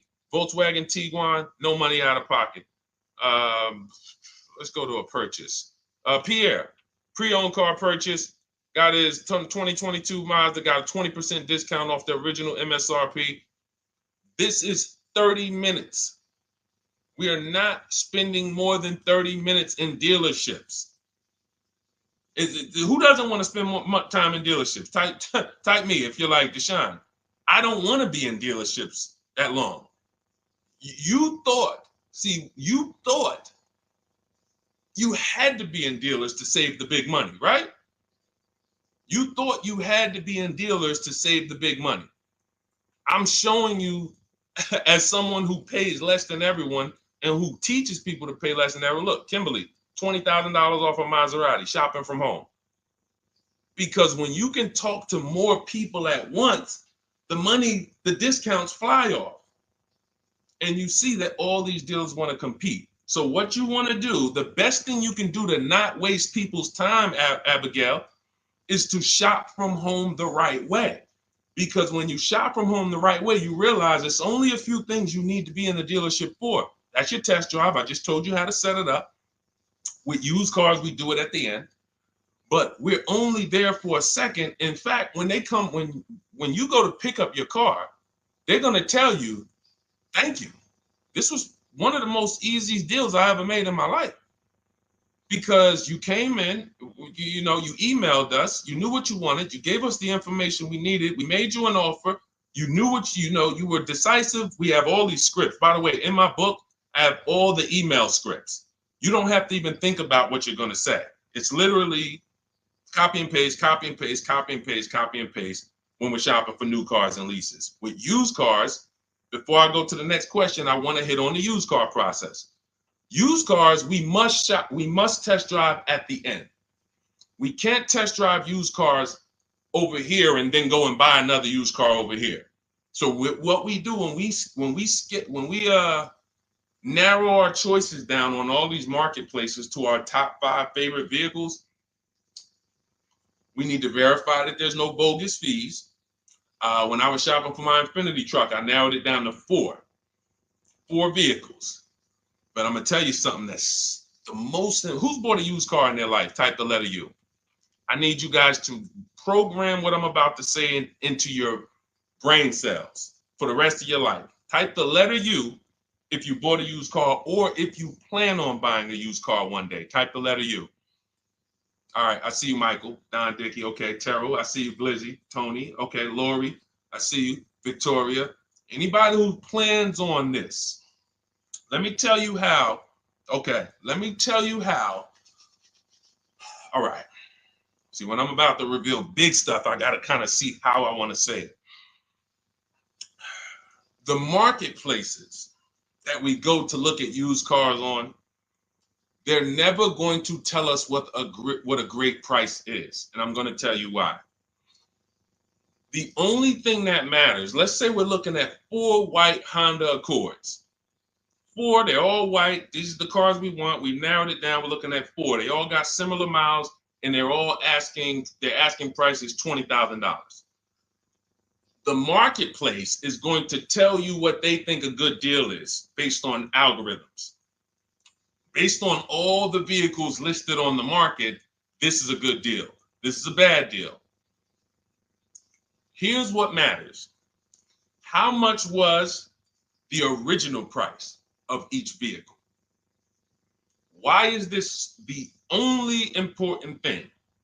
Because if we're looking at 4 white Honda Accords, but one of them was $35,000 when it was new, one of them was $39,000 when it was new, has a sport package, some special technology. One was $31,000 when it was new, one was $29,000 when it was new. What's the best value? What's the best value? You see how we clearly just went from, wow, all of these vehicles look the same, similar price, similar asking price. But once we found out, wait a minute, this one right here was $38,000 new. This one here has the cameras in it all around and the self-driving package, and it has the same asking price, or it's maybe $1,000 more. This is what I call the true value discount. The true value discount. And let me tell you why the marketplaces will never tell you this. Because if they advertise the true value discount, someone has to be at the bottom. In other words, when you're looking at Honda Accords, if you could go right to the true value, who's giving me the biggest discount off the original MSRP? That means the car at the bottom, they might be giving you no discount off the MSRP. We saw that during the pandemic. It was people selling, who remembers people selling Toyota Camrys, 3-year-old Toyota Camrys, for the same price as they were when they were new? There was some deal, everyone wasn't. I know a couple dealers, I know a couple general managers who run dealerships who are ethical. And they said, look, I don't care what the market does. I can't sell a used vehicle for the same price it was when it was new. I'm not doing that. Because when that customer comes back in 3 years to deal with me, I'm going to have to help them again. And if I buried them in their car, then I'm not going to be able to help them. But there were plenty of people who was. The true value discount is all that matters, which means we have to know what the car was new. We have to find the Maroni label. We have to go on the Carfax. We have to go to where the window sticker is and get the original price. And then we'll clearly see, oh, that's the best used car. And no one else shops like that. No one else shops like that. If y'all get that, type dollar signs. If you get that, what I just said, type dollar signs. That is what is important, not what they tell you is a good deal. So going back to me, when I got my Infiniti truck, 4 vehicles, all in a similar price range, all white. They were between $1,800 difference from each other, similar miles. But once I found out that one was 46,000 new, one was 48,000 new, one was 52,000, and the one I ended up getting was 54,000. That separated it. The one that was 54,000 new, they were giving me a 42% discount asking price. These are things that help you cut through the mess, the smoke and mirrors of the car business. In order for you to win and pay less than everyone else, you have to cut through the smoke and mirrors. That's what I'm great at showing you because I was in the business. So these are the things that, again, if you say, Deshone, I need the whole blueprint. I need to give me the step-by-step. Leasing, used cars, high mileage, new cars, give it to me step-by-step. That is my new digital book. It's called Cars from Home, 7 Steps to Saving Time, Money, and Avoiding Dealerships.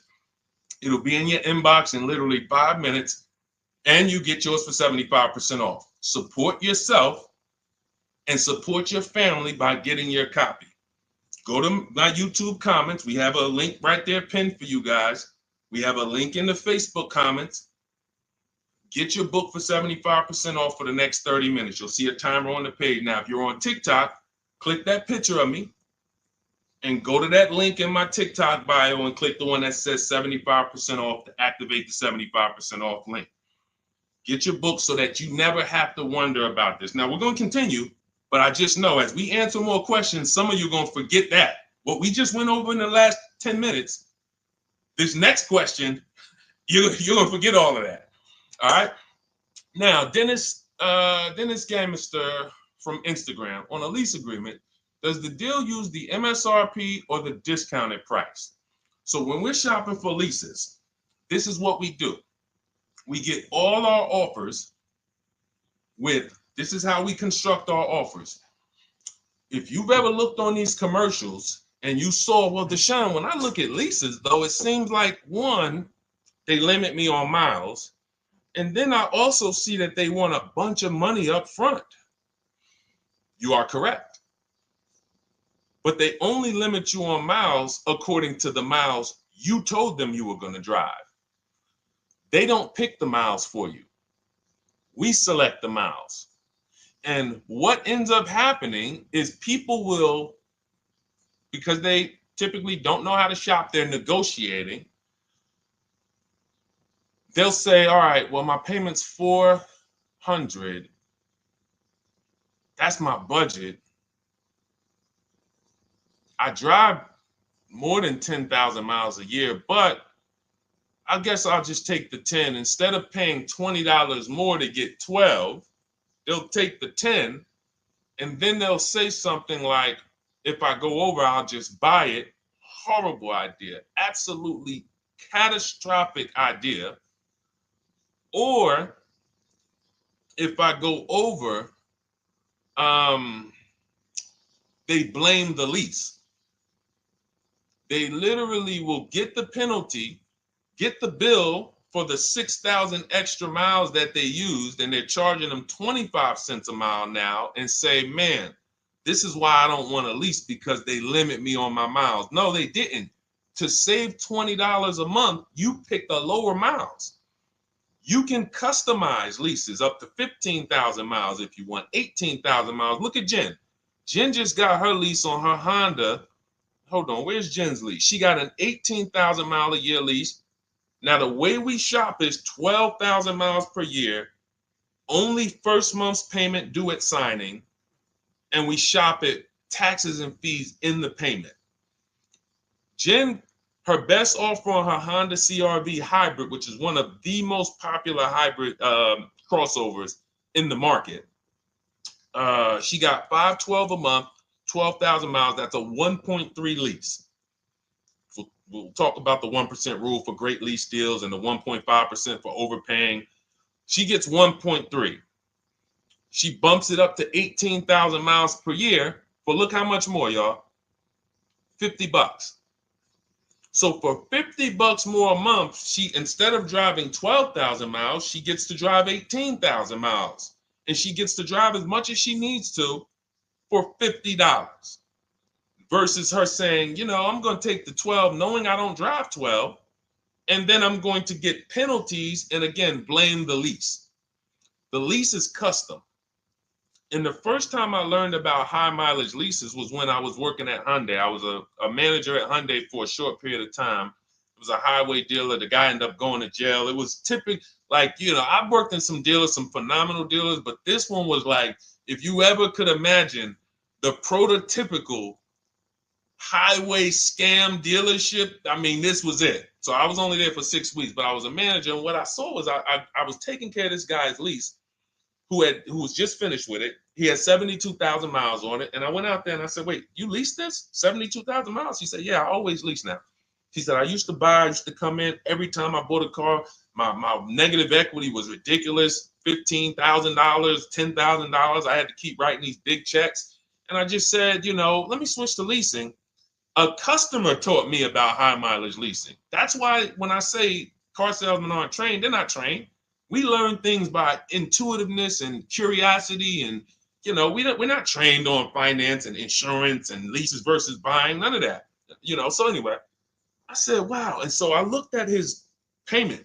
This guy is only paying like $175 more a month, not even, to drive 25,000 miles a year. So if a normal Hyundai lease was $299, he's paying $450, $475, and he's driving 25,000 miles a year. Boom. Drops it off. Boom. No negative equity, none of the trash that most high mileage drivers are dealing with. So when we are shopping for a lease, we have to shop with our template. Whenever you're getting your lease quotes, it's 12,000 miles a year, first month's payment only due at signing, taxes and fees in the payment. Assume tier 1. That's what we blast out. In my book, I have something called the 25 to 5 strategy. We connect with 25 dealers online. You use my email scripts, copy and paste. We're going to get 5 offers. This will take you. You saw Ansley. He said, I started it Saturday. By Monday, I accepted a deal. This doesn't matter. This is a 24, 48-hour turnaround to start getting offers on these vehicles. Now, once we're looking at offers, we take the MSRP. We take the monthly payment. We divide it into the MSRP. So let's just say we're shopping for a vehicle. It's $40,000. One of our offers is $400 a month. $400 a month. No money due at signing. Just $400. We drive off. We divide that into the MSRP, not the selling price. The MSRP. So now we divide that into $40,000. we can see and we multiply by 100, that's a 1% lease. The 1% lease rule has been around for the last 20, 30 years. If you could lease a vehicle and the offers is under 1% of the MSRP, it's a steal, great value. Because these a $40,000 vehicle with no money down to buy would cost probably $800 a month on a 5-year loan. So it's incredible value. It's a steal. You don't have to worry, am I overpaying? Nowhere near. You're still in the vehicle. And we have some people who shop from home using the car. If you're Deshone, do those deals really exist? If you're on YouTube or Facebook, you can see right now, look, Greg got a 1% lease on his Kia EV6 Win, $527 a month, $56,000 vehicle. Look, Zafrina, $579 a month, $65,000 vehicle.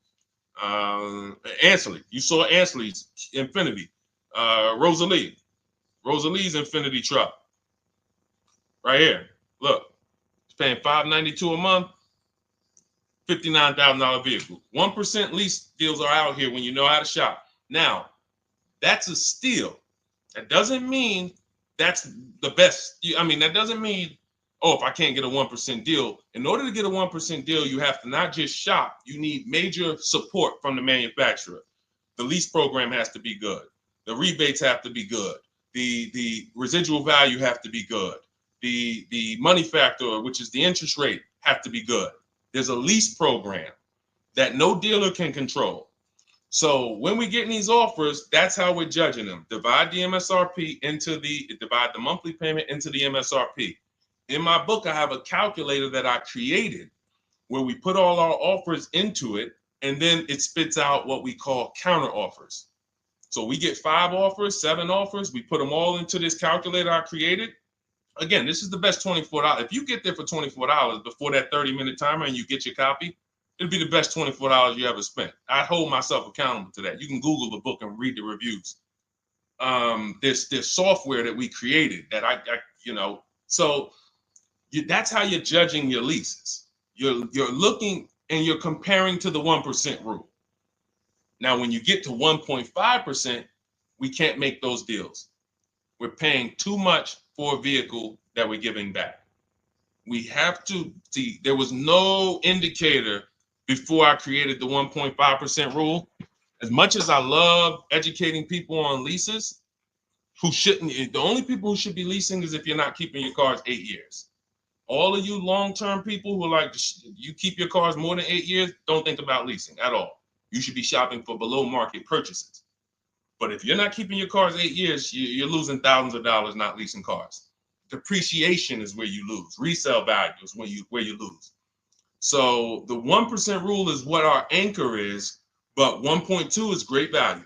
1.3, great value. 1.4, good value. 1.5, good value. Anything over 1.5, now we're paying too much for a vehicle that we're giving back. So that's how we're judging. That's how we're judging and comparing our lease offers. And with the calculators that are in my book, you can literally do this in seconds.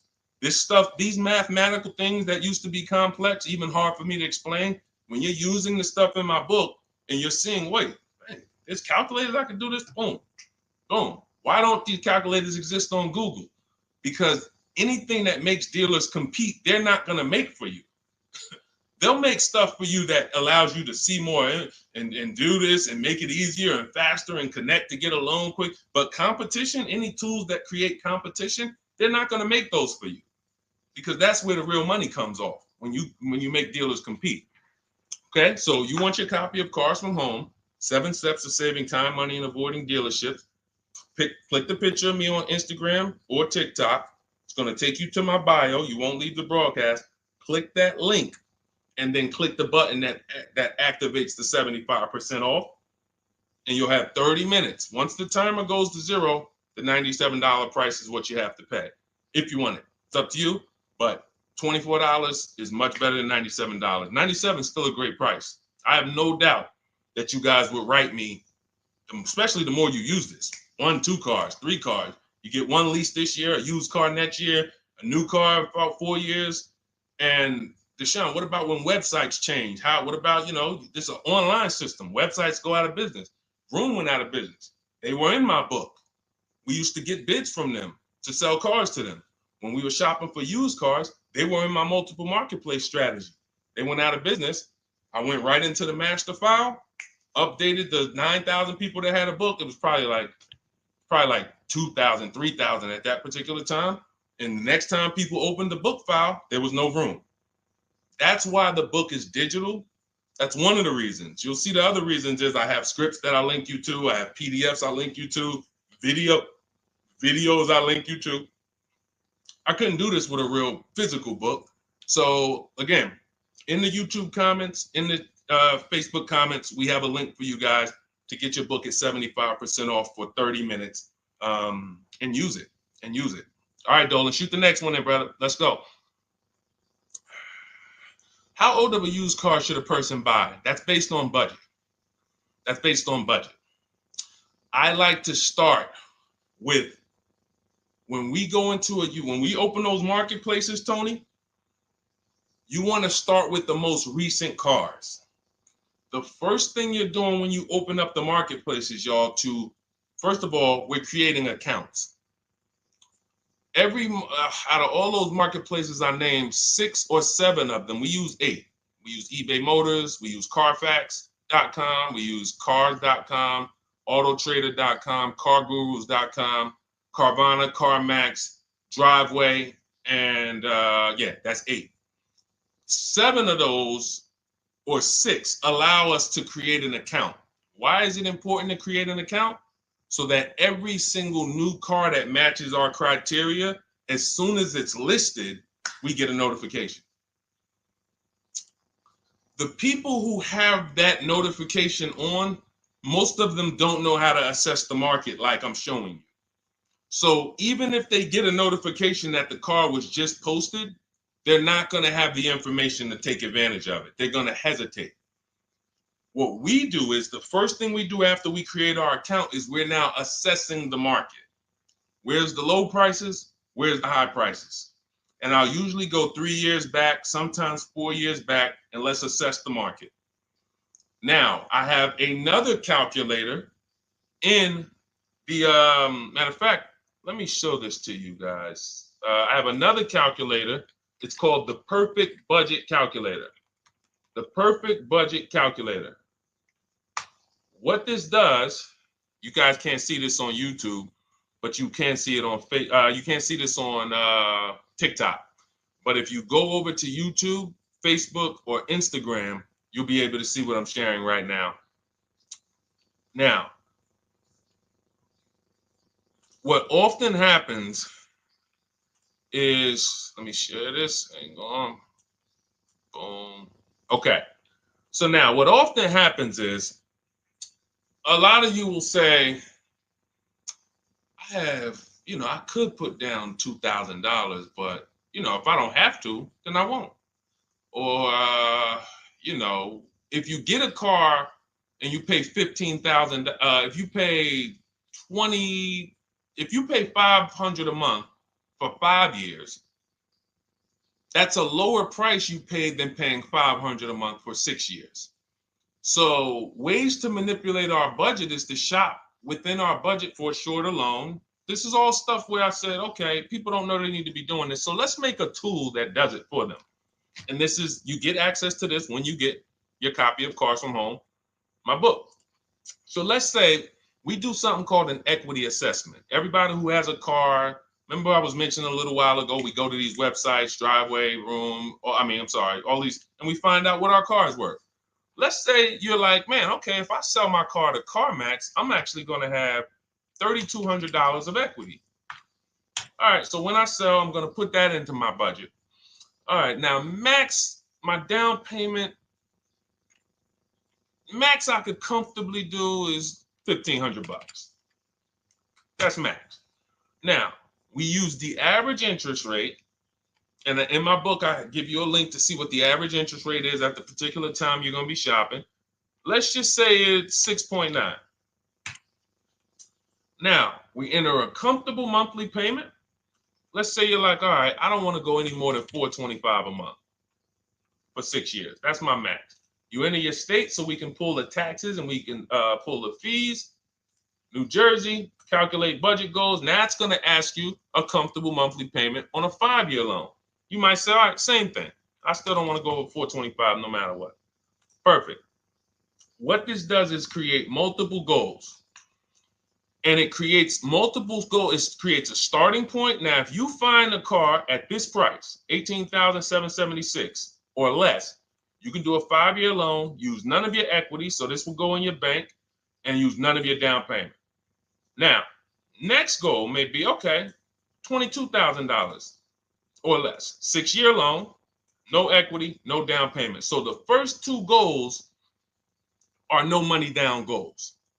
If I find a car anywhere in these price ranges, I can do these deals, no money down. Now, this is one where I use my equity, but no down payment. Goal number 4, I use my equity for a 6-year loan, no down payment. Now, goal number 5. Now you can see the price of the car is getting higher. Use equity, use my use equity and down payment, but it's 5-year loan. And then here is your max budget.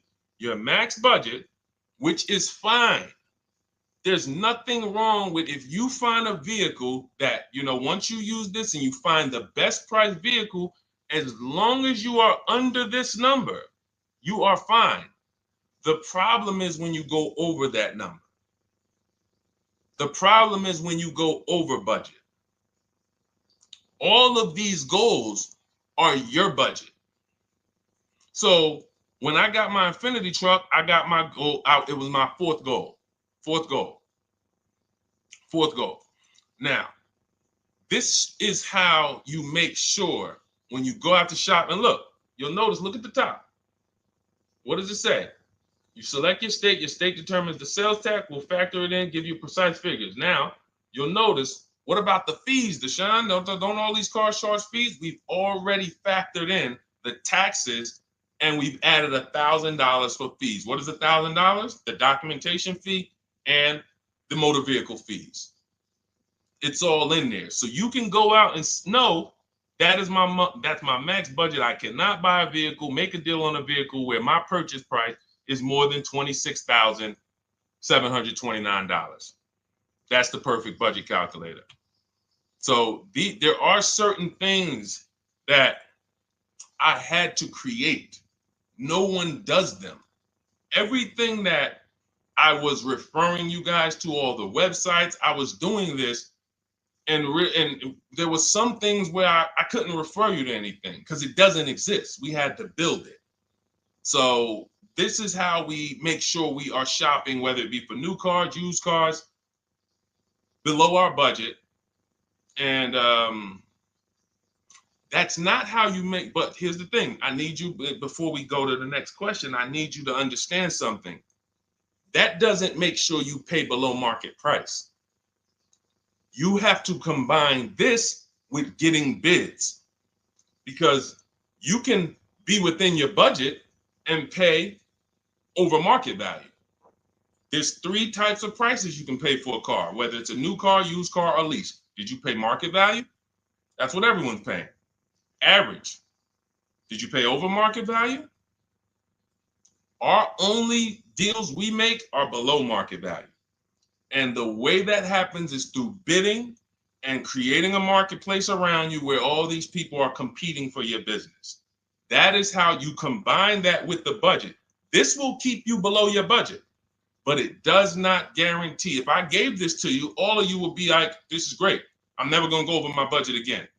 But it does not, until you combine that with getting bids for whatever you're looking for, you still run the risk of overpaying, even if you're under budget.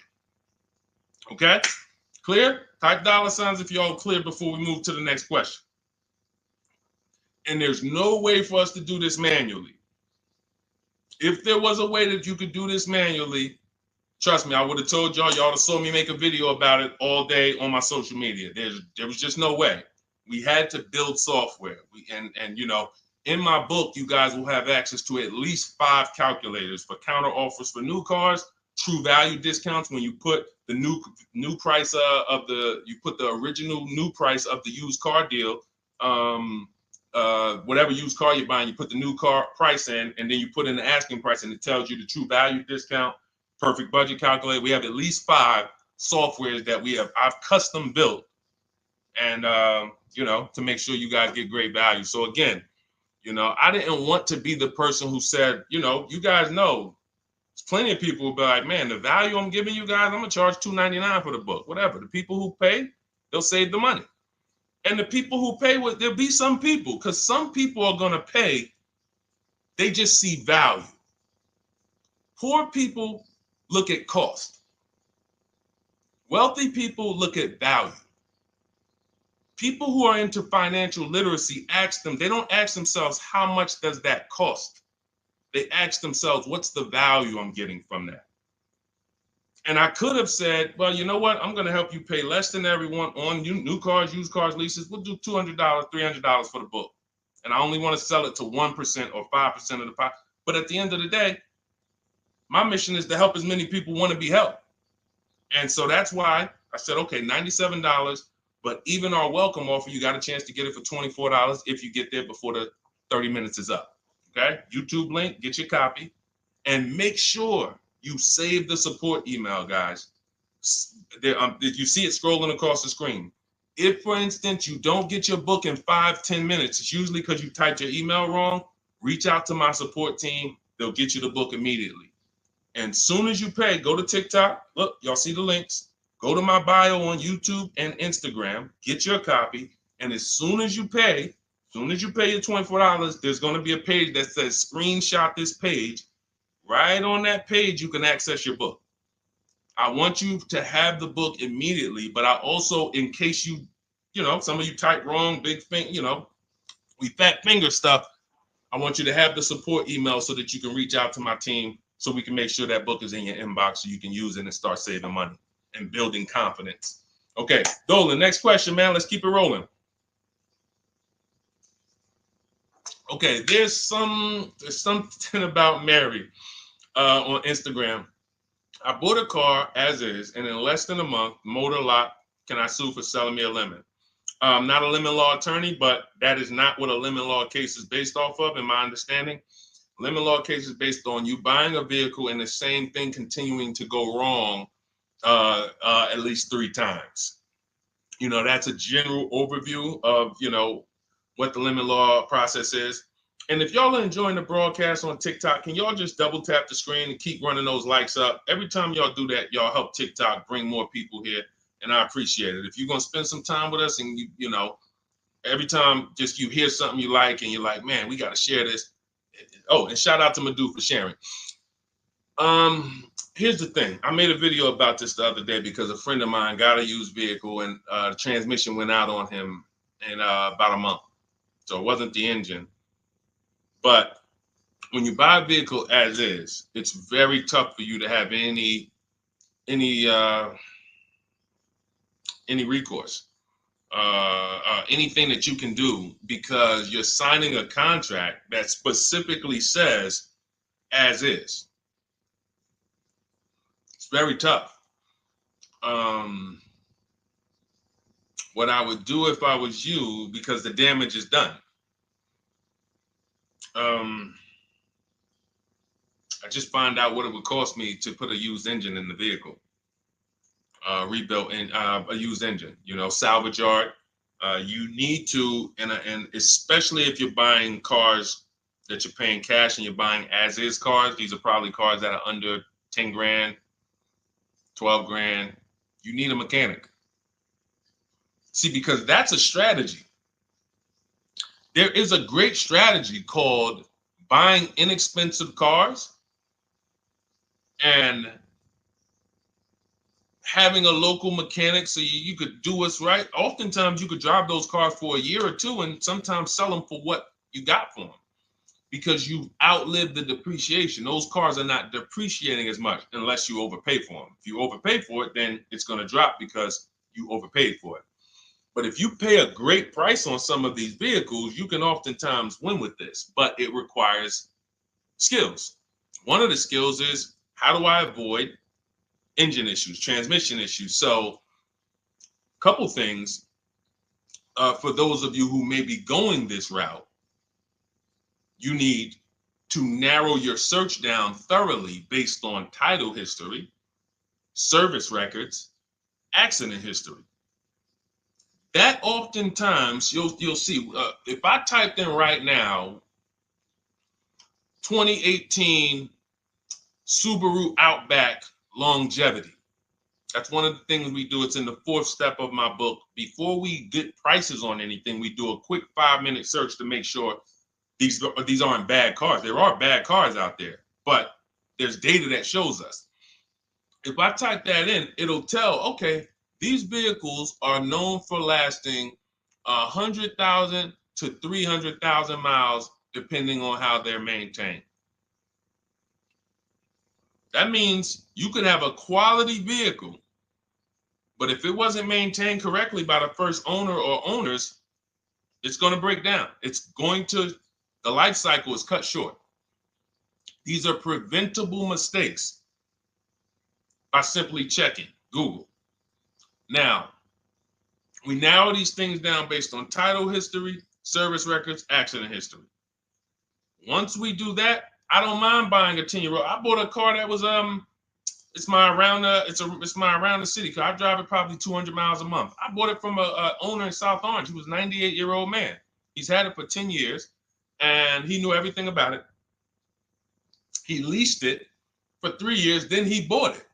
So he's really had the car for its entire life cycle. That's what you want, because you're able to look and see the service records.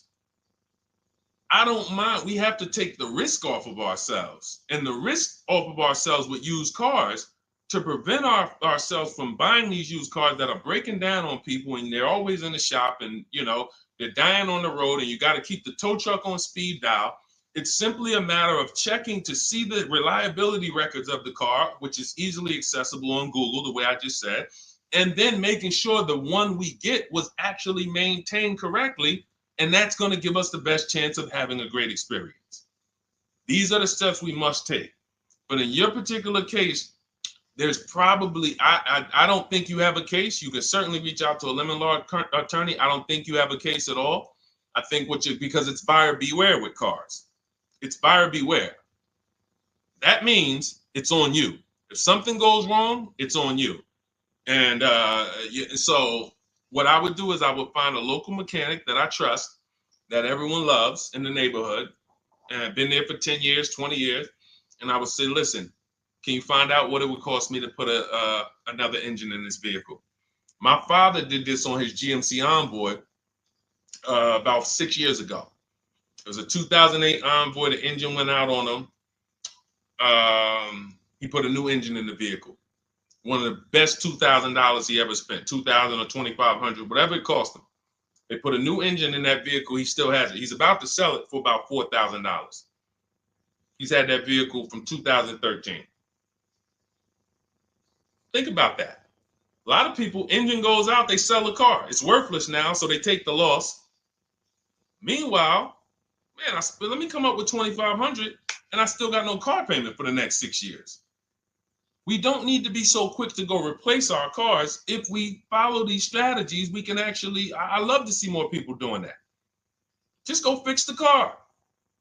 But don't go to the dealership to fix it when they tell you, hey, the engine's going to cost $10,000. And what does the dealership say, y'all?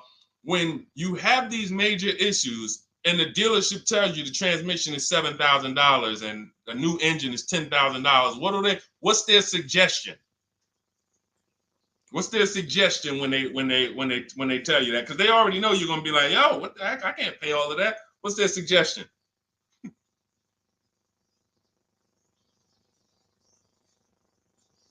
see, let me give y'all some time to type. I just want y'all to know, this is how the system works. So I know somebody. Look, thank you, J. June. Trade it in. Thank you. You see how we can? Oh, look, N.Y. Anderson, buy a new one. So what they do is, exactly, Victoria, they're going to suggest a new vehicle. So if we know, now watch this, as your vehicle is worthless, you don't have any opportunity to put it on a competitive market to see Well, how much would somebody pay for that? They've already assessed the value, and they want to structure your deal, have you take that major loss for that engine. They're going to put the engine in for a lot less than that, and they're going to resell it, and now they sold you another car. When you could have just literally went to a mechanic, got a rebuilt or got a used engine, put in that vehicle, cost you $2,500, maybe $2,000, and literally you're on the road for another couple years with no car payment, keeping money in your household versus now I'm in another $400 a month payment. Okay? This is what it's about. And if you're like Deshone, well, I don't want to keep a car that long. We talked about you earlier. You shouldn't be buying cars. Because the keepers on here who keep cars 8 years, 10 years, who has a car they've had in their driveway for more than 8 years? Type the number of years. I want to explain something we're gonna help a couple people learn a lesson here about themselves, because they're gonna be like, they're gonna realize they're not keepers. Look, look, we need to show people, because some people think, oh, I keep my cars a long time. I keep them about 6-7 years. We need to show that that's not a long time in the world of cars and depreciation. So Michael, 15 years. Michael got a car that he's had for 15 years. Let's go. Type the number of years you've had it if it's more than 8. Look, Vancia, 11 years. Let's see. See, a lot of people don't keep their cars. Look, N.Y. Anderson said, I drove my last car 14 years. All right, Connie, 15 years. She has a 2004 Chevrolet. Tony on Facebook, 2006. Now, watch this, y'all. If you ask me, Deshone, what's the way to get the most money out of a vehicle? It's to do what they're doing. Tanaya, 9 years. No, Renata, not less than 8. Not less than 8. We're trying to put you into a different cat. We're trying to help you see the category you should be in. Look, 9 years. Donna, 15 years. What's so important for y'all to see about these people is that they have beat depreciation. And that means whatever their vehicles are worth today, a year from now, they're going to be worth about the same. If their vehicles are worth $4,000 today, a year from now, they'll be able to still sell it for about $4,000.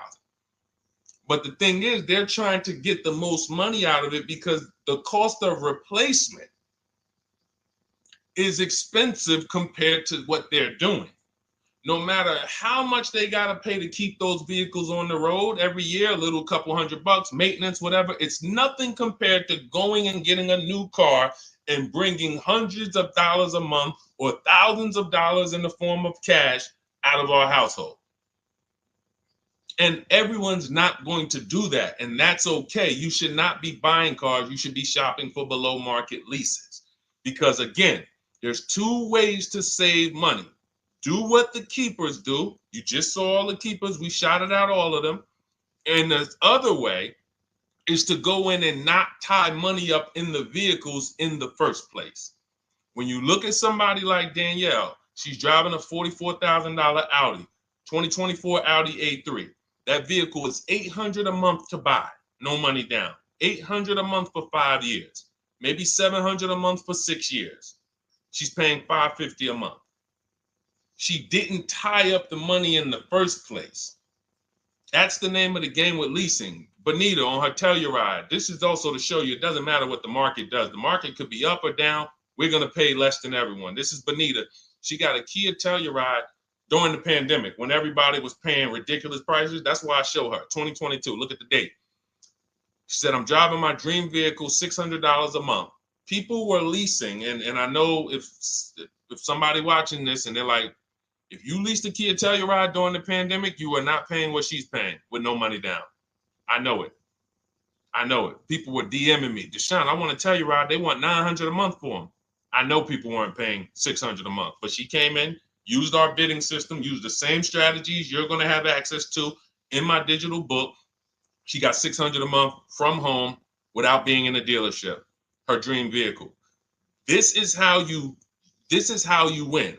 You're either going to not tie up your money in vehicles. You're going to drive new vehicles that don't have problems because they're always under warranty and you're paying cents on the dollar compared to people purchasing. Or you're going to be a keeper like Michael and like Donna and like the people who said, okay, I'm keeping my vehicle this long. That's why in my book, it's 7 steps. But the first step is to ask yourself how many years you're keeping your next vehicle. That is the first question I would ask you if you and I were shopping together. My first question to you would be, Michael, how many years you want to keep the next vehicle? 8 or more or less than that? If you said to me, Deshone, I'm going to keep it at least 8. All right, let's go for the purchase. New or used, depending on budget, but we're purchasing. We need to find a below market purchase. If you said, Deshone, I'm 6 years max. I can't see myself keeping a car more than 6 years. All right, we're going to shop for a below market lease.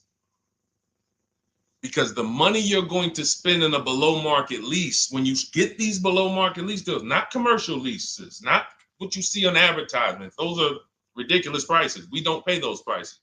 None of these people that you see, Greg, Charles on his Palisade, none of these are advertisements. They're thousands less. But when you're putting money in the cars and you're driving brand new cars, this is how it was for me when I was 22. This started for me at 22. I was working for Pontiac, and I leased a brand new Pontiac G6. It was $256 a month. $256 a month. It was like a $21,000 vehicle. Same time, I had a friend of mine. She got a I don't want to say it because she might be watching this, and this is no shot at her. I didn't understand enough to teach her back then because I was new in the business. She went and she bought, let's call it a Honda Civic. Now my car was bigger because the G6 was a mid-size vehicle. The Honda Civic is a compact vehicle, but she bought it. $20,000 vehicle, 22, whatever it was at the time, paying almost $500 a month. Like, that's a $500 payment. That's what it is. So my young household, I got a newborn daughter. I got a new car I'm paying $256 a month for. Same time, it's got families around me. They're in their 20s, but they're paying $500 a month. This is what showed me, wait, something's going on. And I never stopped. I bought a used car at that time. But since I've had 4 Infiniti leases, I've had a Jeep Grand Cherokee lease, and people always think, D, you must be paying ridiculous money. I see you get new cars every 3 years, but they don't. I'm driving $40,000 cars, $45,000 vehicles. I never paid over $400 a month. Not one of my lease payments was ever. I remember I got this Jeep Grand Cherokee, and it was a $35,000 Jeep Grand Cherokee Laredo, 2018. When I got my offers, the best offer was $330 a month. 12,000 miles per year. And that's what I was driving. If I was driving 15, I would have bumped it up to 15,000 miles per year. I got $330 a month. I went in there and I gave them $330 for that Jeep Grand Cherokee, and I drove off. $35,000 vehicle. This is what I'm telling you guys. This is what is called deal structure. If your deal is not on the right foundation, if you buy but you should have leased, you're overpaying by thousands and thousands of dollars. And you're going to have subpar vehicles with that run out of warranty, and you're going to have the same payment. You're going to have higher payments. I need you out of these 2 categories. I need you in one of these 2 categories. I'm either going to keep my vehicle long enough to beat depreciation, 8 years or more, or I'm shopping for a below market lease. I'm not going to be stuck in the middle no more, buying vehicles and then selling them while they still have a loan on them, negative equity and all of this stuff. This is paramount. Okay, the buying versus leasing thing. I need most of you to put this to bed today. And I think I'm one of the only people that goes into buying versus leasing by the numbers. It's not opinion based. It's not, oh, I think you should lease if you're depending on the car here. It doesn't matter the car. Doesn't matter the car. You can see Teddy's, let's show Teddy's luxury. Teddy got a BMW. Doesn't matter. He wasn't going to keep it 10 years. Look, goes on a BMW 2024 i4 M50. It's a $73,000 vehicle, $856 a month. $856 a month. Look, he said the dealer's initial offer came in at $937 using the counter offer calculator. Using the counter offer calculator, he counted at $829. 8:56. If you just jumped on the broadcast, I showed you some of the calculators that I created that are in this book. In my book, there's a reason it's 5-star rated. There's a reason people that you can go read what your peers say about that book. Get your copy for 75% off. It's in my TikTok bio. Click that picture of me. Click the link. Same thing on Instagram. Go to my bio, click the link, and you'll see a button that activates the 75% off book. And if you're on YouTube or Facebook, it's in the comments section. 30 minutes only. Get your book so you can have access to all of this. Unless you just have an incredible memory and you can remember everything we talked about over the stream, but none of you can. I know none of you can. That's why, I mean, I couldn't even do it. It's just too much. We're talking about used car strategies, new car strategies, lease strategies. You guys, you're not gonna remember all of that. But anyway, let's go. All right, I think we got time for a few more. Go ahead, Dolan, keep it rolling. Make sure you guys screenshot the support page. As soon as you pay for your book, the book is on the thank you page. Remember that. I don't want you, I send you the book 2 ways. As soon as you pay, it says access your link below. Open it. You can click it and save it right to your phone or computer right then and there. If you do not save it right then and there, make sure you screenshot the support page or use the support email that's scrolling through the screen. This is not for questions. Do not send me general car questions here. I don't answer questions by email. That is strictly for those of you who have your book and you're like, or you paid for the book and you're like, okay, where is it? It's usually because the email was wrong. That's okay. Hit that support email so that my team could send you the link out so that you can have your book today and start digging into it and using it. Even if you're not shopping right now, you can still map a plan out. Go ahead, Dolan, shoot the next question up.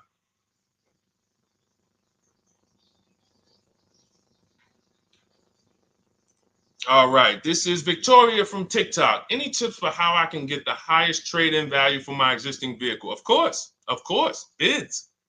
Bids. First of all, you just said a curse word. You may not know, but we don't use that T word here because you're never going to get anything. You're not going to get a max value for anything trading. We are fortunate that we have the opportunity to get bids from cash buyers in the market. And I'm not talking about cash buyers like Facebook Marketplace where a person, it's one of your neighbors from your town coming to look at your car. I'm talking about institutional cash buyers. People who cut a check instantly and, they do an inspection. That Jeep Grand Cherokee I sold to CarMax, they were the highest bidder 3 years ago during the pandemic. I'm not going to tell you what I made because those values don't exist anymore. So it just doesn't even make sense. But, those of you who were watching my videos earlier 3 years ago or using my tips, you guys cashed out and made ridiculous money. When corporations were trying to make money on people, we made money too. But CarMax won the bid. I went down there. They did an inspection on the vehicle. They came back. Accounting department came, cut me a check. I walked away with a check. That's it. You don't want to trade. You want to sell. You want to break your not even break your transactions. I need you, Victoria, to realize there are three transactions in a car deal. Who you're going to sell your car to, that's one. Who you're going to buy your car from, that's another. Who you're going to get your loan from, that's the third one. Now, you're not always cash buyers. Deshone, I pay cash, then you don't need that. Deshone, I don't have a vehicle to replace, then you don't need that. But how do we make sure we get the highest value or the biggest discount? Bids. Each one, we make the market bid. So what you should do right now, Victoria, this is step 2 in my book. After we decide whether we're going to buy or lease our next vehicle, that's step 1. Then we move to what is called the equity assessment. We need to find out, do we have equity or negative equity? Equity assessment. We call our bank. If we have a loan, we find out what our payoff is.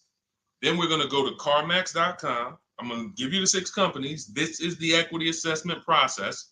We do this for leases too. I don't know if we have time to go into that, but I'm sure there's people on here who didn't know you could sell a lease. Type a question mark if you didn't know. Deshone, what do you mean selling leases? I never heard of that before. Type a question mark if you didn't know you could sell leases. We have an equity assessment process for that too. But what you would do is you go to CarMax, Driveway, Carvana, Kelly's Blue Book Instant Cash Offer. This takes 20 minutes. Auto Nation, Sell My Car, and Car Gurus, Sell My Car. Car Gurus, Auto Nation, Kelly's Blue Book Instant Cash Offer, Driveway, Carvana, CarMax. 6 offers in 20 minutes. That's bids. See, everything we do is a bid. That's how we have peace of mind. We don't negotiate. We make people negotiate with each other. There's 2 schools of thought. I want to remodel my kitchen. I want to remodel my whole kitchen. I go in and I have 5 people come out to give me a quote. One of them comes in and I start negotiating with them. Hey, you got to take less. Hey, you got to take less. You got to take less. I don't know if it's a good price or not.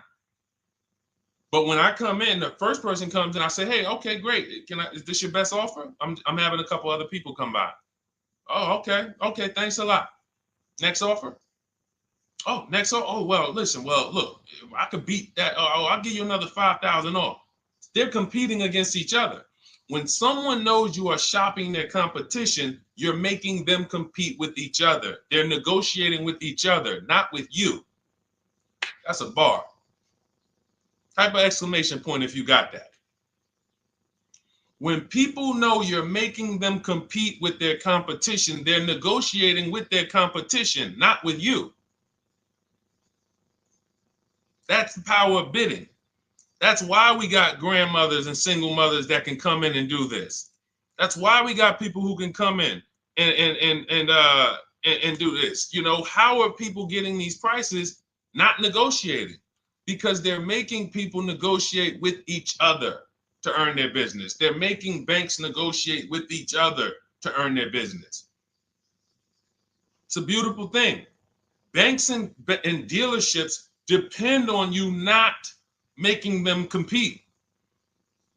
They want to negotiate with you and try to make you imagine and make you think, well, that's the bottom. That's the bottom.